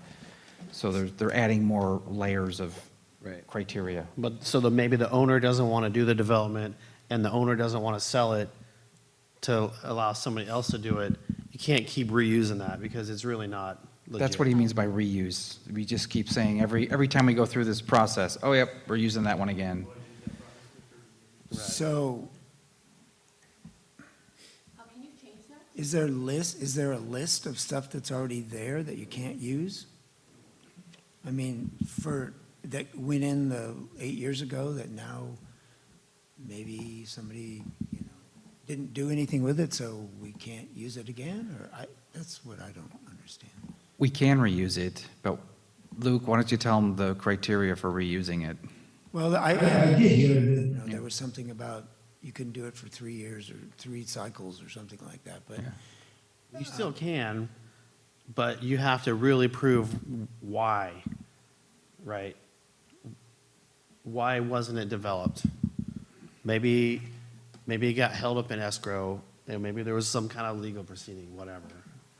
So basically, from what I understand, is you have to include some sort of narrative as to why we're going to reuse that property again after, however many cycles or whatever. Correct me if I'm wrong. The test is pretty high. They want to see things like, HCD wants to see things like copies of leases that are expiring for the existing use on the site and things like that. The test is pretty high. A high level of interest from developers would meet the test. But as you indicated, if the site's been in inventory for a cycle or two and it hasn't developed yet, it's automatically considered to be impeded for development, and you have to prove otherwise. So we have not, this is still really a really early look. We have not gone into that level of analysis on the sites. That's not, that's not what we're here to do tonight. We're just trying to get an idea of the direction that you want us to go on. Do you want us to push hard to have a lot of sites in inventory? Or do you want us to fall back on this administrative B list so that you can just just keep the best ones in inventory now and only add more sites to inventory if they're needed? Yeah. I agree with C. We're all good with that? Yeah, we Did like you hear the B that, Jane? sites. Yeah, We like the B list. we like the B list. We We're like on the B list. We love ADUs and the B list. Yeah, that's where some of these people are, B-list is going to end up in that ADU. Right? Excellent. Glad we're finding some consensus. Now we're moving on to the non-unit objectives. Again, this is looking to have policies and programs in the housing element that go beyond just the RENA and looking at producing housing units and including the more non-unit housing objectives that could include homeless services, that could include rehabilitation of existing housing stock to be more resilient in the face of disasters, any number of things that aren't just producing units. So any discussion and also direction on what some of those non-unit housing priorities might be from the commission are appreciated. This could also include things like senior care facilities where we wouldn't normally count them as units, but there's still care that people need. So can we include things that are, In my mind at least, things that would encourage people to want to move to Cloverdale or at least develop here, offer other services besides,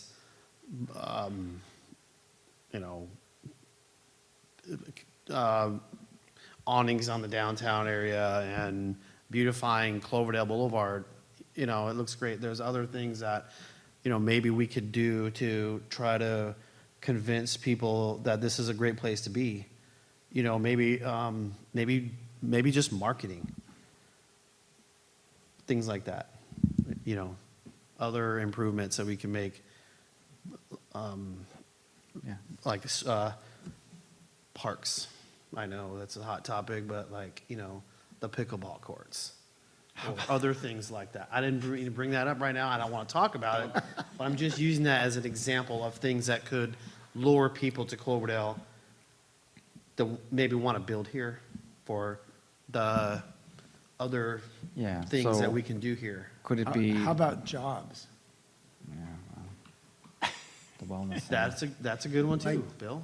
Yes, Like jobs. induce employers to locate here so they'd create jobs for these people instead they'd be driving down the road to Santa Rosa or wherever. I think that would be, but I don't think that's probably as part of the housing element, but. I think I've heard a lot of great ideas for that city density bonus program, where you can give awards to people and developers that are going to come into town and provide those kinds of amenities that you don't normally get in a regular density bonus program. That's not really what we're looking for here. What this would do is we're statutorily required to have quantified objectives, how many units we're going to build, remodel, and replace within an 8-year cycle.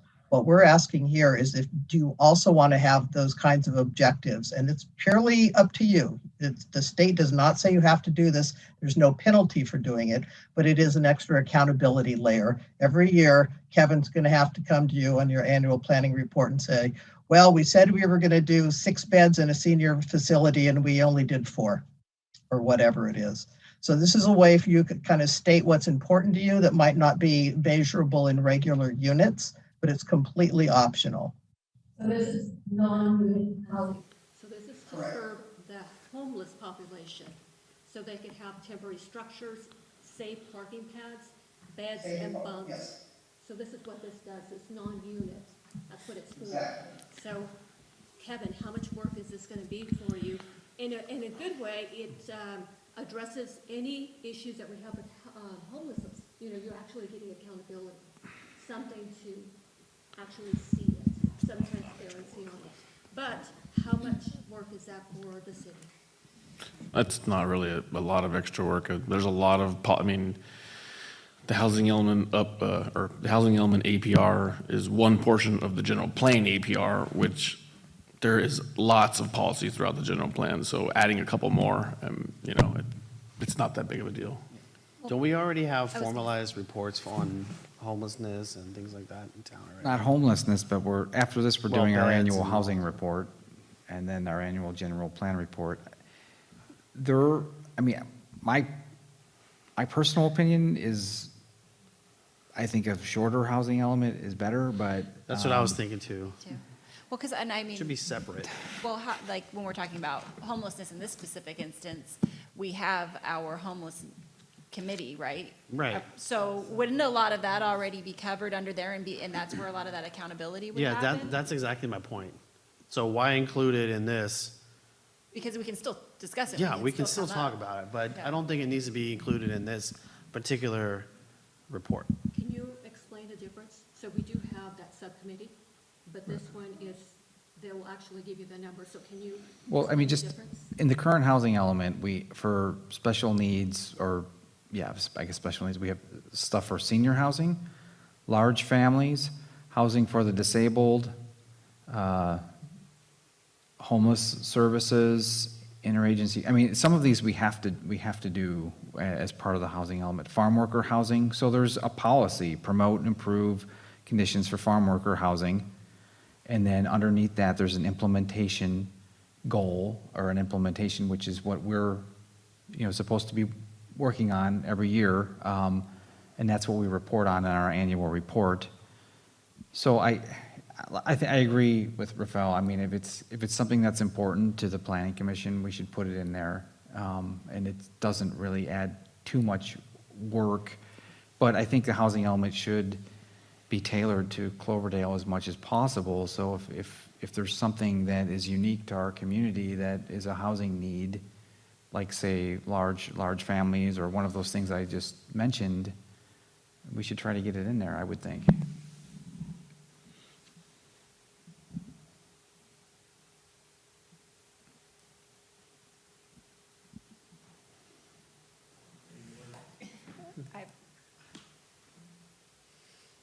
I just don't know, I guess I would limit it to things that aren't redundant with other subcommittees, I guess. That's why I'm asking the difference, because, I know we already have that.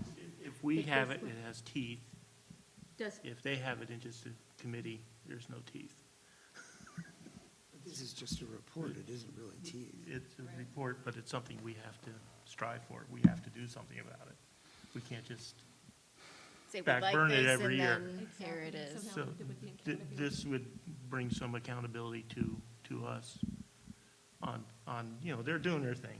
That's fine. But this would give us a little more push to get it done. I don't want to belabor it, but Jane, is there, in our numbers that ABAG provides, are there special needs identified that we need to address? Absolutely. And you've named most of them: extremely low income, critically low income, or some of those other needs. And we do have to have some kind of quantification in our programs now. We can't just say, strive to build some homeless beds. We have to actually say, the city will attempt to house this many people in this many years through this mechanism. So we're going to have to quantify these special needs anyway.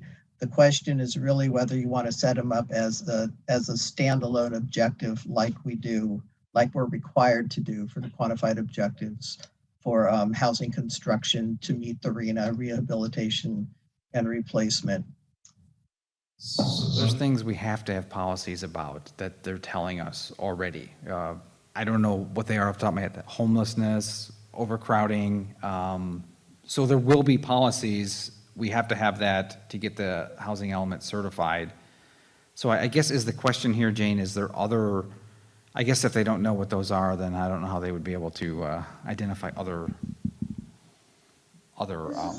Really a policy call on the part of the Planning Commission and the City Council. If you want to, it's how you represent your city. If you want to represent your city in the housing element as putting the same emphasis on these special needs, non-unit housing types as you do on regular stick-built housing types, then you should include it.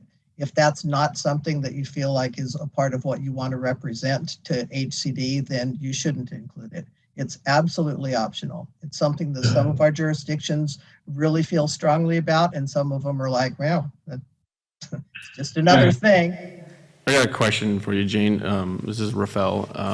The commission had some questions earlier about the pro-housing designation. Is there anything on that maybe we could add here that would help us in that respect in the pro-housing? I know this is non-unit, but is there any way to couple the two?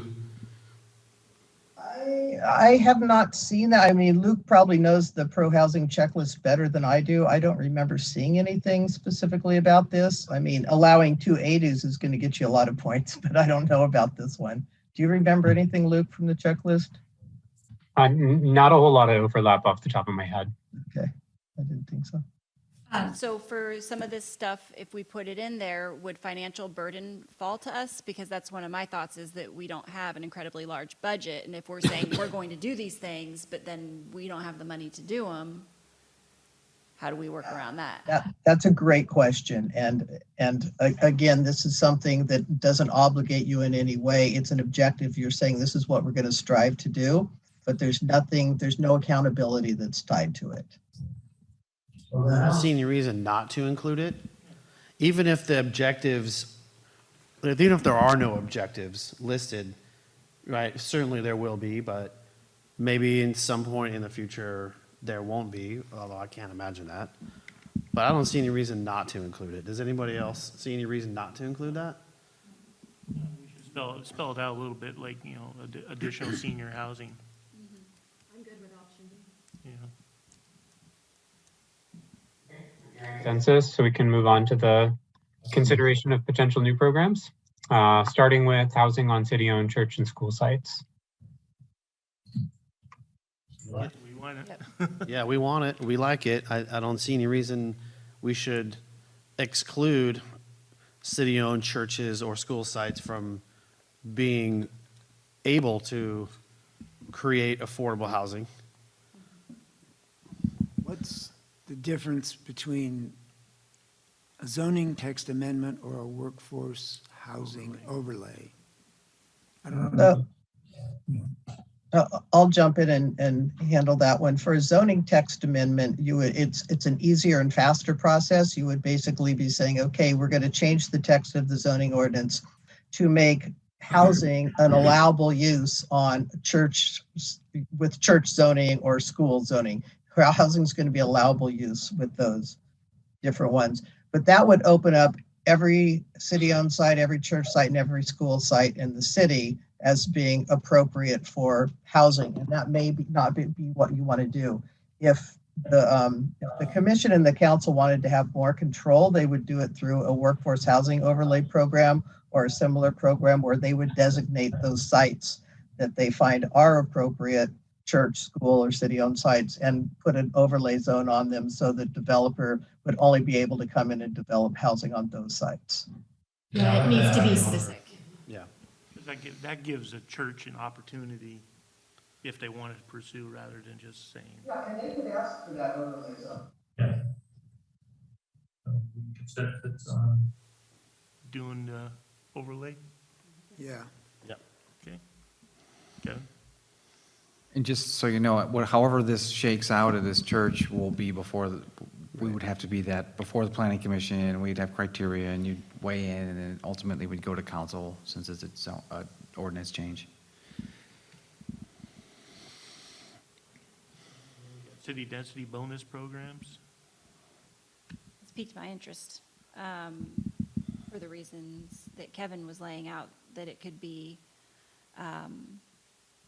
geared towards non-affordable housing developers, because we do need to fill some more of that area, and that could be a really good way to do it. Can it be specific to a lot, or does it have to be a broad stroke wherever they want to develop? So the city of Santa Rosa adopted a city density bonus program that has zones. So in the downtown, there's a greater density bonus than over here and over here. So I think you could do it in like areas. I don't know if you could do specific lots without it being spot zoning. What do you think, Kevin? I would think it would apply to whole zones. But Jane, that does apply to market rate too, right? It could. That to me seems like the big difference between what the state is already put in place versus what we could do locally. That we could. But I would think it would apply to a whole zone. But I mean, we do have a planned development zoning, but that's kind of clunky. I like this idea personally, but this is a really huge undertaking, or it could be, considering you may be offering density bonuses to developments that are not necessarily affordable, right? That's what you said. Yes. Right? Anyone can. So I would really like to explore that. Right, because we have to meet. It allows us to kind of steer the ship in a way that we haven't been able to in the past. Because my concern is parking. I'm always cautious with the parking, so I know that with a density bonus, it goes down to one parking. And so maybe we can make some modifications on that and say, for the bonus, and we can give you, instead of two parking stalls that we need. So make some modifications where it's not extreme like the state is. I mean, at this point, we would just we'd get something in the housing element that would say, work towards amending the density bonus. And then once we pursue that, then it's going to be a big discussion at the planning commission about what you're comfortable with and how that would all lay out. But I think at this point, we're just kind of acknowledging it, that it might be a good idea for something for us to pursue during this cycle. We could leave parking out of the whole conversation. I'd really like to see something that targets an area that we're really lacking is it's kind of the low to moderate income level. We're getting, we've got a lot of really low income developments, and we've got a lot of people who are stuck in the middle, a lot of, single $60,000 to $80,000, even $50,000 to $80,000 a year earners that are making too much to get into a place and too little to really rent. I mean, that's an area that I think really needs to be targeted, and that we have a large population of people here that need that Agreed. housing.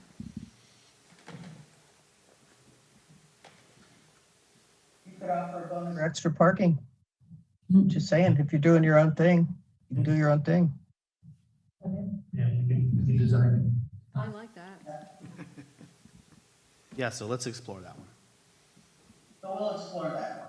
Yes. Yes, thank you. Moving forward, back to the housing land trust option.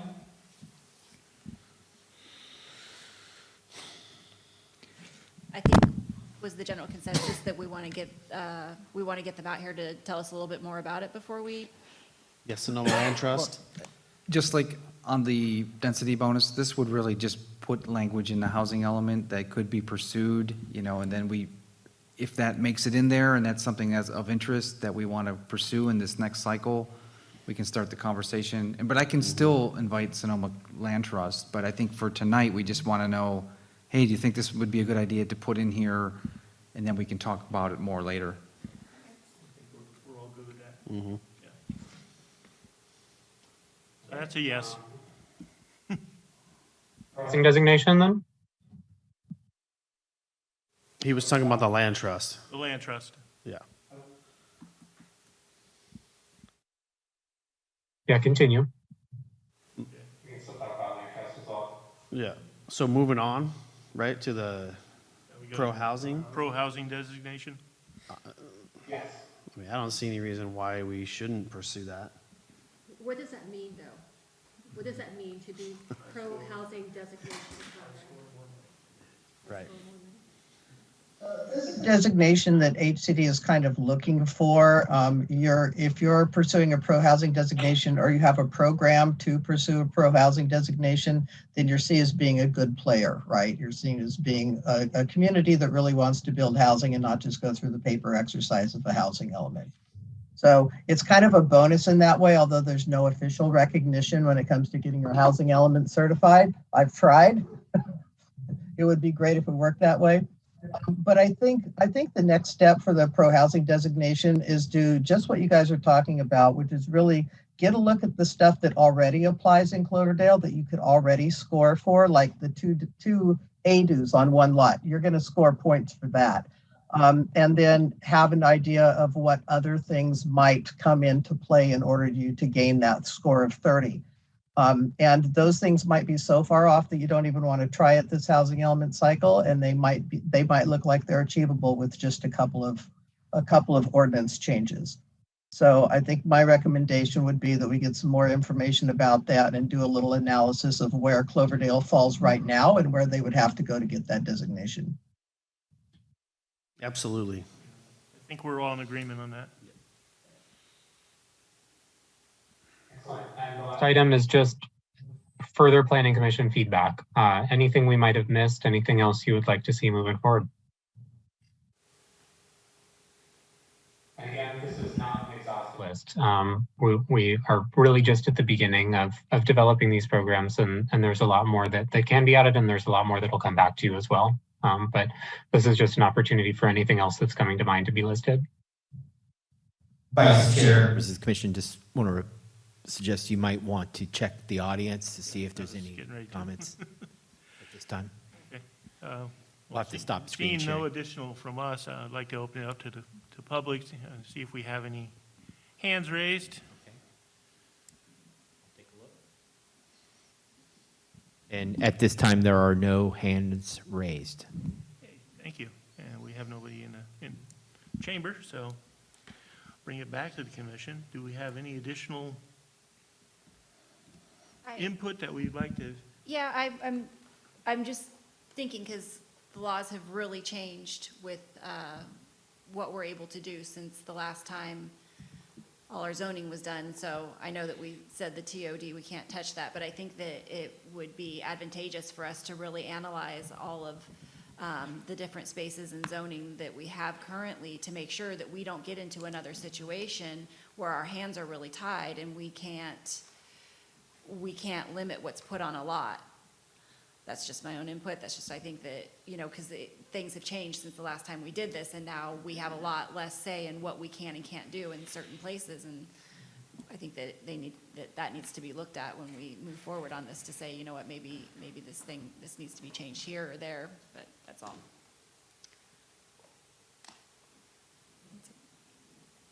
In regard to the zoning, a lot of the low-income housing isn't just tied to the TOD. It's just Right. broad stroke, low-income housing. Well, that's what I'm saying, is that if there's So lots that can be. It's gonna get us everywhere. Yeah. It doesn't matter if it's it just, if they come up and say we're putting low income in there, if it's just gonna be a single house, we still have to deal with the state laws of what's going in there.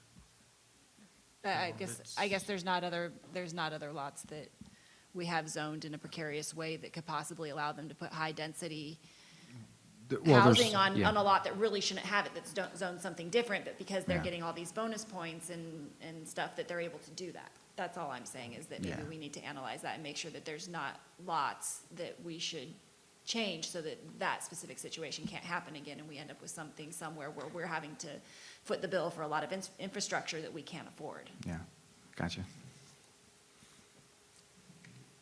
Anything else?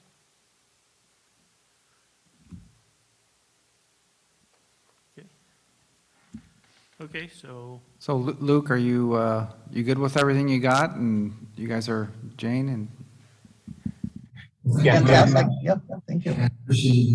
and breaking it down? thank you. Thanks.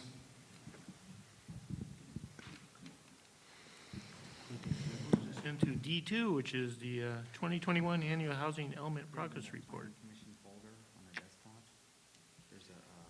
PDF in there? Thank you. This table's gonna look a bit confusing.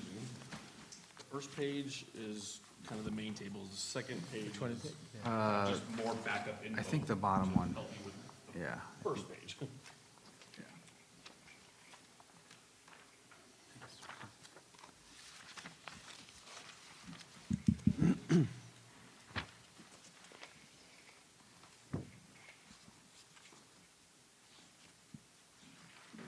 Can we go back to the other slide also from the previous presentation while we're going through this, or is that impossible? I think, we do have it. Honestly, I think this one's a little more accurate. Yeah, this. I had a few Well, questions about the one that they. Yeah, Because okay, that's fine, it's okay, yeah. Yeah, I get what you're saying. we can. No, They're not it's gonna all right. match, but this is. I know. This is, That's the reason why I was asking about that. I was wondering if we could kind of compare and contrast them, but that's all right. We'll go through these and then we this can is the talk real about it deal if right we here. need to. Yeah, we're good.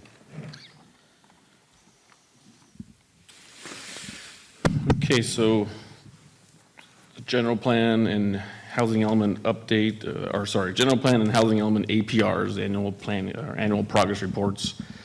There's a lot of tables in both of them, a lot of information, but we tried to just kind of break it down to what we think is the most important and relevant for the commission for discussion purposes, and kind of tell you, where we are at as far as the current RENA and then the next RENA. Yeah, sorry. So feel free to jump in anytime if you guys want to have any questions, but so the sixth cycle, as you might know, is our next RENA. We're currently in the fifth cycle. So this top table is the numbers that we are going to be looking at for our sixth cycle RENA. And below that, we've included projects like Bedu Calais, the Baumgartner, Vista Oaks, and Alexander Valley Apartments. These are projects that we think are going to fit into this next RENA cycle. And when I say that is, RENA counts, they count as far as when the building permit is issued, not when they submit, not when it's certificate of occupancy, so when it was actually issued. So on the bottom table, the reason why there's some projects like Baumgartner is in both of these is because Baumgartner actually already did submit building permits for the apartments this year. They submitted actually, I think at the end of last year. And they're probably going to get issued pretty soon. So they're going to get issued in this cycle. So the second column or the second table below the fifth cycle, that's why Baumgartner, we have 101 down there for low, in the low income. So that's what the permit was for, those 101? Yeah, yeah. So it's just the different phases. Yeah, exactly, yeah. And some of it is, we're guessing, not guessing, but Yeah. we're just kind of estimating when they'll come in for building Yeah, permits. Because we're in the last year of the fifth cycle. Yeah. So a lot of stuff that you've seen and approved is going to get building permits next year, will be counted towards the sixth. Yeah.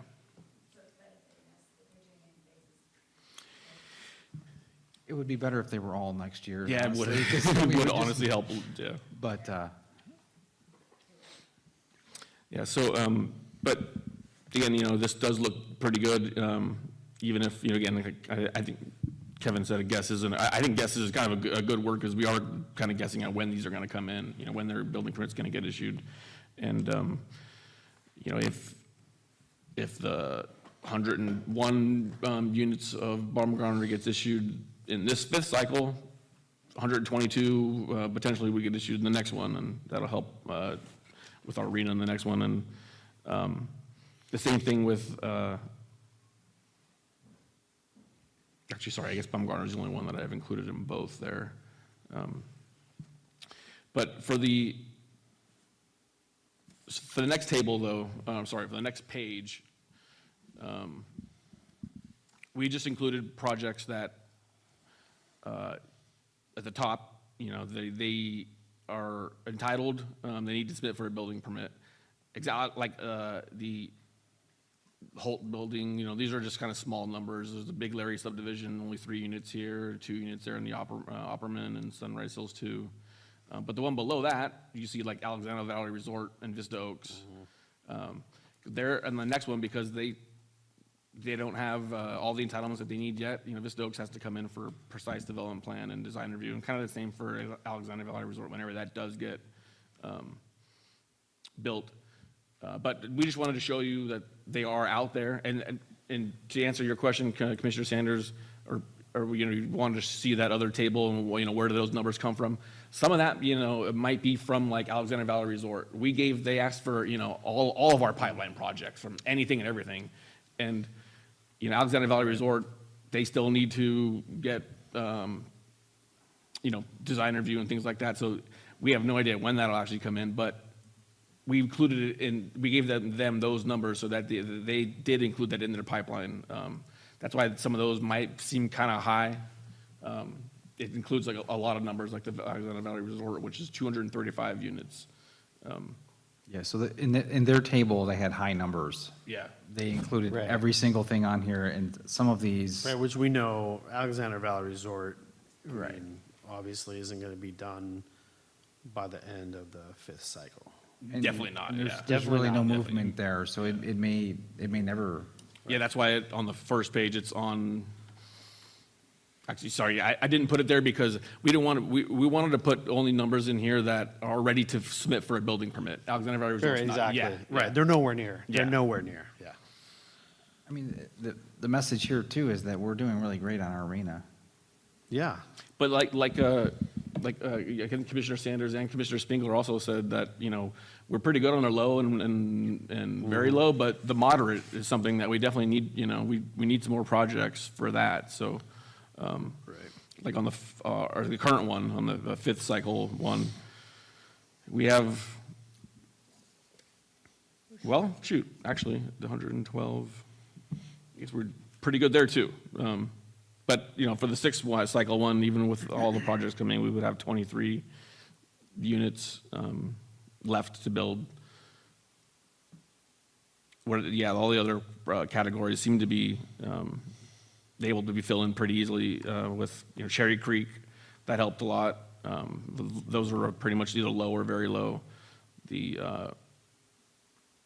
Alexander Valley Apartments, and then the Baumgartner part of the farm worker phase of Baumgartner are very low and low. But yeah, a moderate, sometimes a lot of these projects don't really fall into that category. I liked your point about maybe, the density bonus for projects like that. That Exactly. might bring some projects to Cloverdale that are just in the moderate range. And You know what that price index is? I was just gonna say, it's more than you might think, I think moderate, It's up to, I don't know if it goes up to 120. Oh, is it? It goes up to 100 and. Yeah, 120 of 120% AMI. area Yeah, median 80 income. to 120. Yeah, Yep. 80 to 120. So the thing with the moderate is there's not a lot of financing out there. So everywhere I've ever worked, the moderate category is always the lowest one. I mean, above market, so that's just regular homes being built, that's fine. And then, 60% of AMI and below is all the tax credit financing and the USDA ag and all those other ways to pay for those. But the moderate seems to be the gap. And maybe that's where we can have housing element policies that we could help address, like you were saying. I mean, 'cause above moderate, they've got money. They can build no matter what they tell you. What's the current AMI? Do we know what that number is? Yeah, I could look it up. Do we want to even bring that up? What is the AMI number right now? What is the whatever, average or median? Well, that's what I'm saying. So, above moderate income, those people can afford to build. They can afford the permits, they can afford, what they need. But when we're talking about moderate income, there's just not the money there at that level for an individual to Right. build a house, really. There isn't. So it really comes down to a developer, coming into a lot and doing Right. several units. And so that's where we. There's one thing that we were just talking about today, David and I and someone else, is in order to meet that 60% of AMI, you can only spend 30% of your income on your housing, which living in California it's just not realistic. So that drives it down. I mean, I think most people around here probably spend more than 30% of their income on their house. For sure. How comfortable is the city with manufactured homes? Not trailers, but. We're definitely comfortable, and I think legally have to be comfortable with it. There was a policy in our code. It would take me a second to find it, but there was a policy in our housing element that required us to make. I think in our last 7-8 years ago when we were doing our last one, I don't think the state had actually made it mandatory that cities had to allow those, but it was a policy in our code last time to make it permitted within a certain time frame, and we did that. I think 3 or 4 years ago. So just to kind of, it's not on this table, but page 155 is table B. It's kind of the most important one, I think, of the housing element update or the housing element APR. That shows us the status of where you are at in our arena. Mm-hmm. These numbers that I kind of gave you, they kind of show this a little bit, but it is pretty small for you. But we have 69. Our last arena, was 211 total units remaining. We have 69. And it breaks down, year 2015, 16, 17, 18, all the way up to 22, 23 actually. One thing that's you notice if you look at this table B on page 155, and if you look at the first table that I gave you here, the housing or 6-cycle arena, the first page, see on the very bottom it says 64 units on this page, but then it says 69 in table B. The reason for that is because in our arena here, we've already produced more. We were given 39 units to provide at very low, and we've already provided 44. So we provided more units already than we were required in very low. But because I guess the best way to explain this is if you go over, you produce more units in a certain category, RENA doesn't care that you produced more. They're not going to subtract 5 from your total, So that's why it says 69 here, because 69 is the total units that, this one is 5 less on this table because this one just includes the RENA units rather than giving us credit for the 5 extra that were built, if that makes sense. Oh, I thought they said in the presentation that if it was low income, it could be Move it credited around. towards the moderate and higher. income. Maybe that's on the next one, yeah, on the 5th one, yeah. I think that's something that's going to be new with this next one, which would be good, yeah. Again, it's only a difference of 5 units, but, yeah, it'd be nice to, say in the next one, we exceed something by, 70 or 80, or so that'd be great to get those. So a family of 4 at 120% of AMI, maximum is 123,000. So So that's your limit, basically, for moderate income. you can spend 30% of your income on housing per The the, upper limit's, what is it? You said 100 and, well, for 4, it's 123,950. 123,000. For one person, it's 86,000. Grand a month. is that what it is? 123? Well, it's really more than that. It's like 10,000. Right. Wait, 123? Oh, times 30 I need a bigger print shot. divided by 12. Yeah, that's only 3,000. So that's only $3,000 a month. That's the It's not getting you much mortgage. upper limit for moderate. Right, but if you put tax into that, that's roughly 86,000 is your take home. Times, and then you're subtracting, what'd you say? 3,000? 3,000. That's your 30% limit, It does go on gross, though. right? So, 36,000. so, there's no place to rent here, really, for less than $3,000 in this town. Not, especially not a single family. Well, and then the concept that they somehow need to save on top of that to put 20% down so they don't have to pay Right. PMI. And like I said, that, Right, exactly. $600,000 home, that's 10 years, if you can even save $1,000 a month. No, just, I know we're going off on a tangent here a little bit, but I have Yeah, you're this- right, sorry, we'll get back. Well, The point is that a moderate category is It's still, important. It's super important. and it's not cheap necessarily, you have to earn a pretty good income to still fit in that moderate category. It's hard to get it. Yeah. So, So we have the 2 items, this is the housing annual report and the general plan annual report. I don't know if you want to do any presentation on that, Ralph, but it's included, goes through all the policies and describes what we did to further those, and so there's 2 resolutions. some pretty pictures along with the general plan report in there for you, some park improvements that Public Works done, trail improvements, and staff is here to answer any questions for you. I usually give go into much more depth and go through all these tables, but I figured, well, just to see if you have any questions and answer them if you have any. No questions, thank you. Sandra, we were hoping we could help you understand some of the arena and where these projects fit into. This kind of get This is perfect. This is exactly awesome. what I That's what we were hoping. Because I thought it was very it's confusing to look at, I know, but You know what, because it's not colorful, it's coded. there you go. If you would have highlighted, then I could see. Yeah, more, but okay. It's perfect. I It's should have exactly- referenced you or asked you. Direction to staff, please color code these in the future.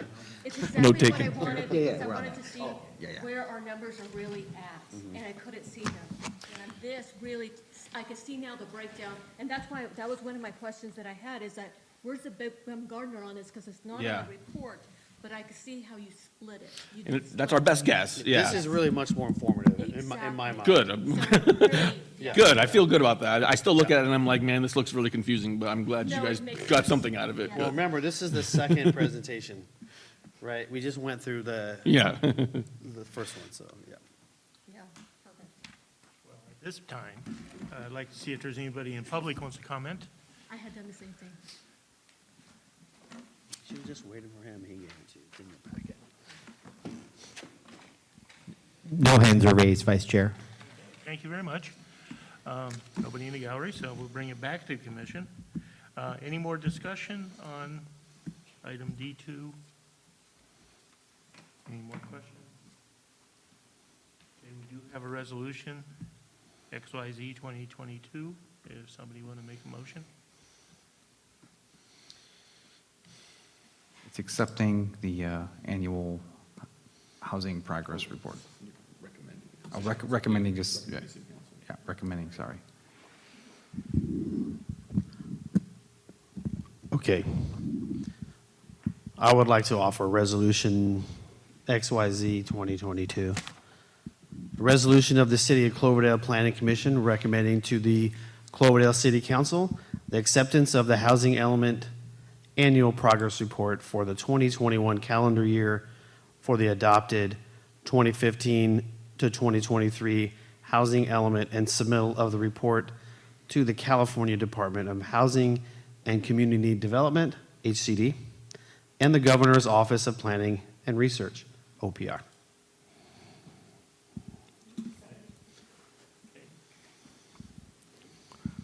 Commissioner Sanders? Aye. Commissioner Holverts? Aye. Commissioner Spengler? Aye. Commissioner Waggy? Aye. Vice Chair Shanahan? Aye. Resolution approves. Thank you. Is approved 5-0.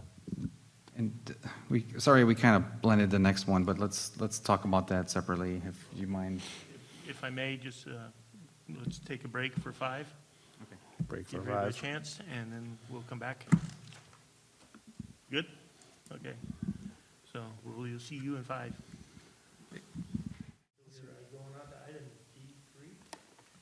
All right, this is the general plan annual progress report.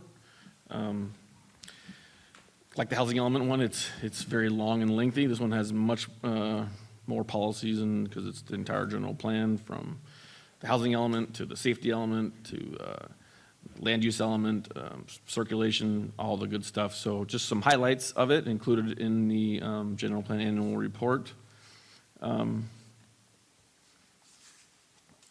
How the general plan was implemented or, implemented or amended in 2021.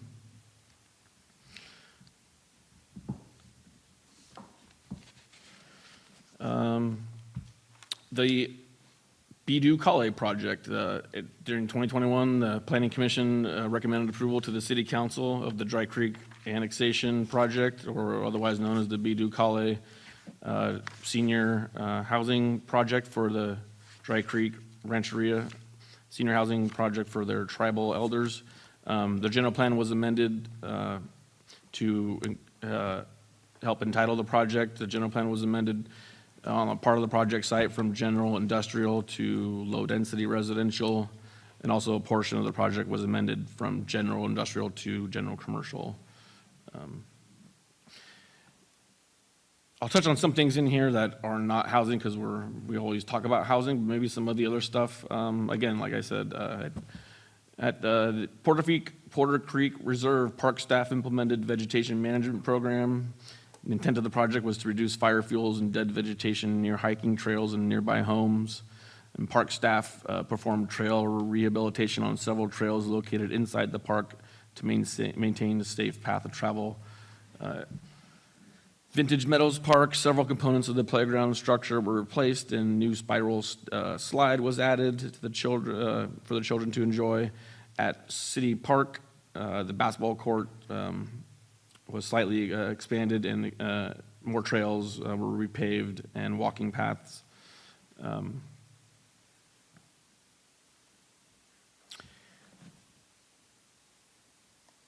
And also in 2021, the city began the progress of preparing and adopting our local hazard mitigation plan, which also involves an update to the public health and safety element of the general plan.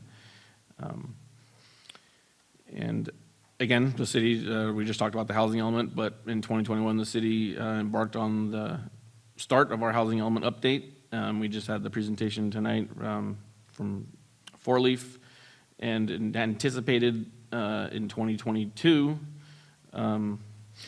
We don't have any projects right now on the wings, I guess, that would be involving general plan amendments, but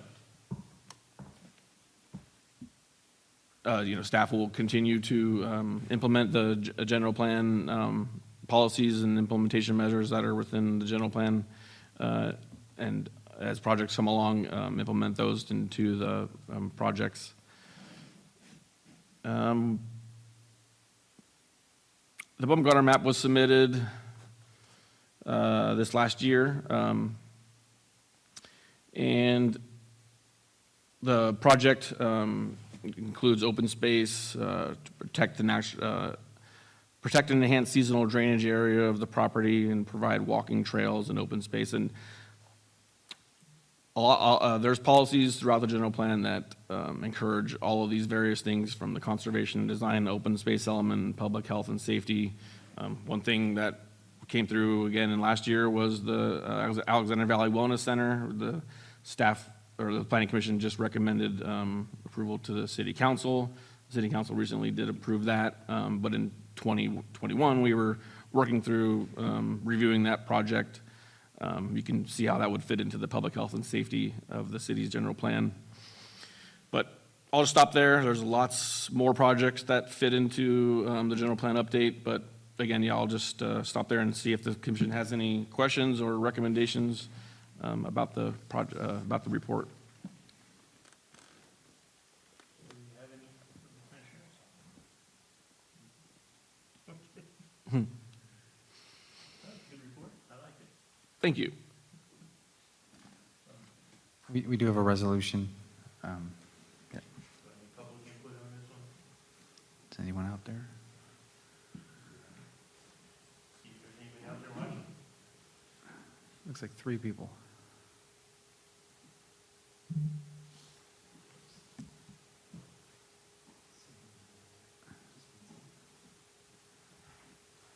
No hands are raised, Vice Chair. Okay, thank you.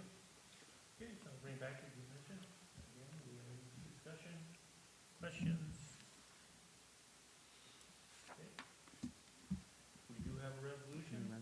XYZ 2022, resolution city, Cloverdale Planning Commission recommend the Cloverdale City Council acceptance of general plan and report for the 2021 calendar year. So, who would like to make that motion? I'll make it. Do I have to read it? I move that the City of Cloverdale Planning Commission adopt resolution number XYZ 2022, a resolution of the City of Cloverdale Planning Commission recommending to the Cloverdale City Council the acceptance of the general plan annual report for the 2021 calendar year. Thank you. Let's have a second, please. Second. Thank you. Commissioner Sanders? Aye. Commissioner Holberts? Aye. Commissioner Waggy? Aye. Commissioner Spengler? Aye. Vice Chair Shanahan? Aye. Resolution passes 5-0. Good job. Okay, so we move on to new business. No, we did that. Move on to public hearing, which we have on this evening. To planners report, communications.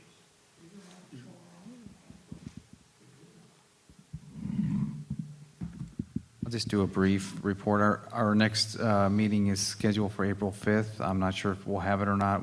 Probably the big one we're working on now is Vista Oaks, which is the subdivision up on the hill there that needs to complete, is it the design review? Precise development plan, which Precise includes design review. I don't know if it'll be ready in time. I'll let you guys know as soon as possible if we're going to have the meeting or cancel it. Rafael mentioned quickly, we did have a big planning night at the last city council meeting where they heard the wellness center and the Baumgartner final map, which you guys did a lot of heavy lifting on the Baumgartner project. Appreciate that. A couple things changed a little bit. So they had to go back to, we had to do a couple amendments, but the project is underway and they're seeking building permits now. Commissioner Holberts is going to be going to the League of Cities Planning Commissioner training, and she volunteered to come back and give us an overview and maybe provide some materials if they have some good stuff that you can share with us. So we'll make sure that gets on the next agenda that we have. That's all I have. Do you have anything, Rafael, or? No. Okay, thank you. I would just like to mention, if while you're there, if you see anything of fire suppression, Okay. please, we need that. Update us. Any direction from direction to staff? Seeing none, I will close this meeting. Thank you.